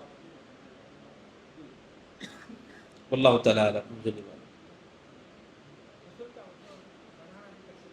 ہاں کے بعد کی دعا بولو۔ ابھی شیخ نے ابھی آپ کے سامنے بتایا کہ غسل برہنہ بھی ہو سکتا ہے، اور امام بخاری رحمہ اللہ نے حدیث نقل کی ہے کہ حضرت ایوب علیہ السلام ایک مرتبہ بغیر لباس کے غسل کر رہے تھے، اللہ نے سونے کی ٹڈیاں ان کے اوپر برسائیں، تو چونکہ وہ اللہ کے نبی صلی اللہ علیہ وسلم نے بیان فرمایا اور آپ نے خاموشی اختیار کر لی، اسے پتہ چلتا ہے کہ برہنہ بھی غسل ہو سکتا ہے، وضو بھی ہو سکتا ہے برہنہ، کوئی حرج کی بات نہیں، لیکن شرط یہ ہے کہ وہ خیال رکھے کہ شرمگاہ کو ہاتھ نہ لگے اس کے۔ اللہ تعالیٰ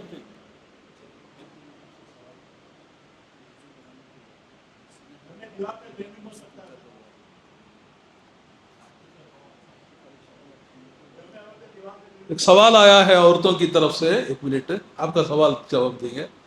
وضو بنانے کے بعد اگر عورت سینے پر ہاتھ رکھے گی تو جو ہے وضو ٹوٹ جائے گا، تو ایسا وضو ٹوٹے گا نہیں، بلکہ ایسی کوئی بات نہیں ہے، سینے پر ہاتھ رکھنے سے یا جسم پر کہیں اور ہاتھ رکھنے سے وضو نہیں ٹوٹتا ہے۔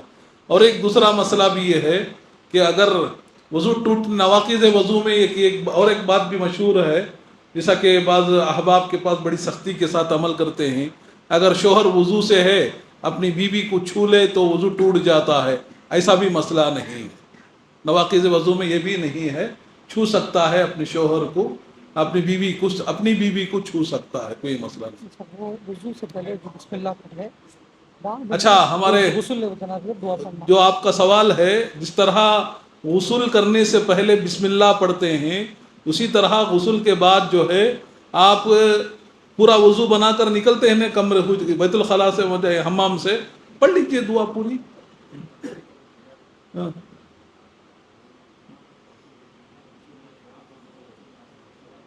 غسل کا وضو بناتے نا تب دعا پڑھنے سے بہتر ہے باہر آ کر پڑھ لینا اچھا ہے۔ جی، تیمم جو ہے جیسا کہ شیخ زبی نے بتایا، اگر پاک مٹی نہیں ہے تو زمین کے اوپر جو دھول ہے اس دھول پر بھی جو ہے، یا دیوار پر دھول ہے تو اس پر بھی رکھ کر جو ہے تیمم کر سکتے ہیں، کرنے میں کوئی حرج کی بات نہیں۔ جی جی ہاں، نظر آتی ہے نہیں، وضو نہیں ٹوٹتا، نظر آپ گندگی دیکھنے سے وضو نہیں ٹوٹتا۔ نواقض وضو میں جو ہے سب سے اہم چیز، جیسا کہ شیخ فاروق نے بتایا، دونوں آگے کے راستے سے یا پیچھے کے راستے سے، یعنی اپنے پیشاب کی جگہ سامنے سے یا پیچھے سے، دبر سے کوئی چیز نکل رہی ہے، ہماری زبان میں پاد رہے ہیں یا پیشاب کر رہے ہیں یا پیخانہ کر رہے ہیں یا منی آ رہی ہے یا مزی بھی ہے۔ حضرت علی رضی اللہ عنہ کے بارے میں حدیث آتی ہے، اللہ کے نبی کے داماد تھے، حضرت علی کو مزی بہت زیادہ آتی۔ مزی کا مطلب جو ہے، نوجوان لڑکے کو جو ہے شرمگاہ میں ایک رطوبت نکلتی ہے، اس کو مزی کہتے ہیں، منی الگ ہوتی ہے، مزی الگ ہوتی ہے۔ تو حضرت علی شرمائے کہ اللہ کے نبی کو پوچھوں یا نہ پوچھوں، تو کسی ایک صحابی کو بھیج کر جو ہے اللہ کے نبی صلی اللہ علیہ وسلم سے سوال کیے، تو اللہ کے نبی نے کہا کہ صرف وضو کرنا کافی ہے، یہ بھی نواقض وضو میں سے شمار ہوتا ہے، مزی بھی۔ تو گندگی کو دیکھنے سے وضو نہیں ٹوٹتا۔ اچھا، بس کریں گے، ایک ضروری اعلان مجھے آپ سے کرنا ہے۔ وہ اعلان یہ ہے کہ انشاءاللہ مسجد سبحان کی جانب سے ہمارے معاشرے میں بہت نکاح جو ہے بہت تکلیف والا بنا دیے ہیں، نکاح کرنا بہت مشکل بنا دیے ہیں، جہیز جوڑا فلاں اور خصوصاً غریب طبقہ شادی کرنے میں بڑا مشکل کا سامنا کرنا پڑتا ہے۔ تو انشاءاللہ مسجد سبحان کے ذمہ داروں نے یہ طے کیا ہے کہ غریب لڑکیوں کی یا غریب لڑکے بھی ہیں، واقعی معنوں میں مستحق ہیں، تو ان کو قرآن و سنت کی روشنی میں صحیح سنت کے مطابق نکاح کرائیں گے. اگر لڑکیاں ہیں، غریب لڑکیاں ہیں، ان کے پاس سبیل نہیں ہے، تو انشاءاللہ ان کا جو بھی شادی کے لیے انتظام کرنے کا اخراجات آتے ہیں یا ان کو جو ضروری اشیاء چیزیں دینا ہے وہ انشاءاللہ انتظام کریں گے، اور ان کے نکاح کا انتظام بھی کریں گے. نکاح بھی سادے سیدھے انداز میں کریں گے. باقاعدہ ہم لوگ سنت رسول کے مطابق نکاح کروائیں گے. یہ نہیں کہ ہم کرا رہے ہیں تو سیرا باجا پھول ہار گجرا یہ سب نہیں رہے گا، بلکہ سنت کے مطابق نکاح کرائیں گے. اگر کوئی مستحق ہیں تو وہ درخواست دے سکتے ہیں، ہاں انشاءاللہ درخواست دے سکتے ہیں. سمجھ میں آپ کو کوئی آپ کے پہچاننے والے بھی ہیں، غریب رہنا، مستحق رہنا، مستحق لڑکی ہے وہ شادی نہیں کر سک رہے ہیں گھر والے، تو انشاءاللہ رابطہ کیجئے ہمارے سے، انشاءاللہ وہ تحقیق کریں گے. ہم لوگ خود جو ہے تحقیق کریں گے. اگر ہم کو اطمینان دکھ رہا ہے تو اس کا پورا انتظام کر کے اس کی شادی کروائیں گے لڑکی کی انشاءاللہ. جزاک اللہ. کیا ہے سوال؟ پڑھو جی عبد الرحمن، آپ خود پڑھو. کپڑے کو اگر پیشاب لگ جاتے ہیں جی کتنا دھونا ہے، کپڑے بدلانا ہے؟ سوال آیا ہے اگر کپڑے پر جو ہے پیشاب لگ گیا ہے تو کپڑا بدلانا ہے یا دھونا ہے. دیکھیے میں نے شروع میں ہی پروگرام کے شروع میں ایک بات بتایا تھا، ہمارا مذہب بہت آسان ہے، اتنی آسانیاں رکھا ہے. پہلی شریعتوں میں بڑی تکلیف تھی. موسیٰ علیہ السلام کی شریعت میں گندگی لگتی تو پہلے وہ پاکی نہیں کرنا بلکہ کپڑا ہی کاٹ کر پھینکنا تھا. موسیٰ علیہ السلام کی شریعت میں گندگی لگتی، پیشاب پیخانہ یا کوئی گندگی لگتی تو وہ کپڑا ہی قطر کر پھینک دینا پڑتا تھا. اور اسی طرح زکوٰۃ کے مسائل میں، زکوٰۃ کے معاملے میں بہت سختیاں، بہت مسائل تھے، اللہ نے ہمارے لیے آسان فرمایا. اب پیشاب کے سلسلے میں سوال آیا ہے اگر کپڑے پر پیشاب لگ گیا ہے تو کپڑا بدلانا ہے ضروری یا نہیں ہے؟ آپ دھو لیں تو کافی ہے، واش کر لیں تو کافی ہے، اسی کپڑے میں نماز پڑھ سکتے ہیں. یہاں تک کہ میں بتاؤں منی لگ گئی ہے آپ کے کپڑے میں، آپ کے کپڑے میں منی لگ گئی ہے. حضرت عائشہ کیا کرتی تھی؟ اللہ کے نبی کے کرتے سے کھکور کر جو ہے وہ پاک کر کے اسی کپڑے میں اللہ کے نبی صلی اللہ علیہ وسلم نماز پڑھتے تھے. اگر آپ کے پاس میسر نہیں ہے تو آپ کر سکتے ہیں کبھی سنت پر عمل کرنے کے لیے، ویسا بھی عمل کر لے تو کوئی حرج کی بات نہیں. جس کا خون اگر اپنا خون بھی لگ گیا ہے تو حیض کا خون بھی لگ گیا ہے تو وہ حیض کا خون بھی دھو کر جو ہے اسی کپڑے میں نماز پڑھ سکتے ہیں. نشان رہا تو کوئی مسئلہ نہیں ہے، ایسے مسائل نہیں، پریشانی کی بات نہیں ہے، آسانی سے عمل کر سکتے ہیں. چونڈا باندھ کر غسل کر سکتے ہیں تو وضو بھی کر سکتے ہیں. غسل بھی جائز ہے نا، چونڈے میں غسل جائز ہے، کر سکتے ہیں، تو وضو بھی کرنے میں کوئی حرج نہیں ہوا. مساح جو ہے سر کا مساح ہے، نہیں کوئی اس کے اوپر پھرا لے، مساح کرتے وقت جو ہے چونڈے پر سے جو ہے اٹھا لے. تو اور ایک دوسری بات جو ہے چونڈے ایسے باندھ کر، چونڈے گھر میں باندھ کر جانا ہے، باہر جاتے وقت چونڈے باندھنا منع ہے نا. اللہ کے نبی کی وہ حدیث ہے نا، نساء کاسیات عاریات مائلات ممیلات رؤوسہن کاسنام البقر، ہے نا وہ حدیث. دو جہنمیوں کو میں نے نہیں دیکھا، ان میں سے ایک متکبر آدمی مرد کے بارے میں ہے، ایک عورت کے بارے میں ہے، جس کی صفت یہ بتائی کہ کوہان، اونٹ کی کوہان جس طرح رہتی ہے اس کے چونڈے اوپر لگے رہتے ہیں. اکثر شادی بیاہ میں ہم دیکھتے ہیں کہ خواتین کی چونڈے اونچے اونچے رہتے ہیں، تو یہ سب جو ہے قیامت کی نشانیاں ہیں. ایسا چونڈا گھر میں باندھ کر رہ سکتے ہیں، باہر جا کر جاتے وقت باندھنا منع ہے. جزاک اللہ. حیض کی حالت میں قرآن سن سکتی ہیں، افضل جو ہے قرآن سننا افضل ہے. قرآن پڑھنا دیکھ کر یا چھونا قرآن کو منع ہے. پڑھ سکتے ہیں. اور ایک چیز جو ہے مصحف جس کو کہتے ہیں اسے چھونا منع ہے. بعض علماء نے کہا مصحف کا معنی ترجمے کے بغیر جو قرآن ہوتا ہے نا، اس کو مصحف کہتے ہیں، سادہ قرآن، تو اس کو چھونا منع ہے بولتے ہیں. لیکن بہتر ہے، صحیح قول یہی ہے کہ عورت حیض کے ایام میں قرآن سننا اچھا ہے، پڑھنا، اور ذکر کر سکتی ہے. اگر زبان سے تلاوت کر سکتی ہے تو آپ جیسے بہت سارے حافظہ رہتی ہیں تو بعض علماء کہتے ہیں کہ پڑھ سکتی ہے. بن باز کا فتویٰ بھی ہے، آپ اس کو ایک بار پڑھ لیں، بہتر رہے گا. وہاں پوچھ رہے وضو شرط ہے کیا؟ تب پڑھنا نا، وضو کرنا کیا؟ قرآن پڑھنے کے لیے وضو شرط نہیں ہے. قرآن پڑھنے کے لیے وضو شرط نہیں ہے، بغیر وضو کے بھی پڑھ سکتے ہیں. افضل لا یمسہ الا المطہرون جو ہے اسے بعض محدثین نے، مفسرین نے قرآن کے بارے میں لیا ہے، بعض لوگوں نے فرشتوں کے بارے میں مراد لیا ہے. اللہ جزائے خیر دے. جی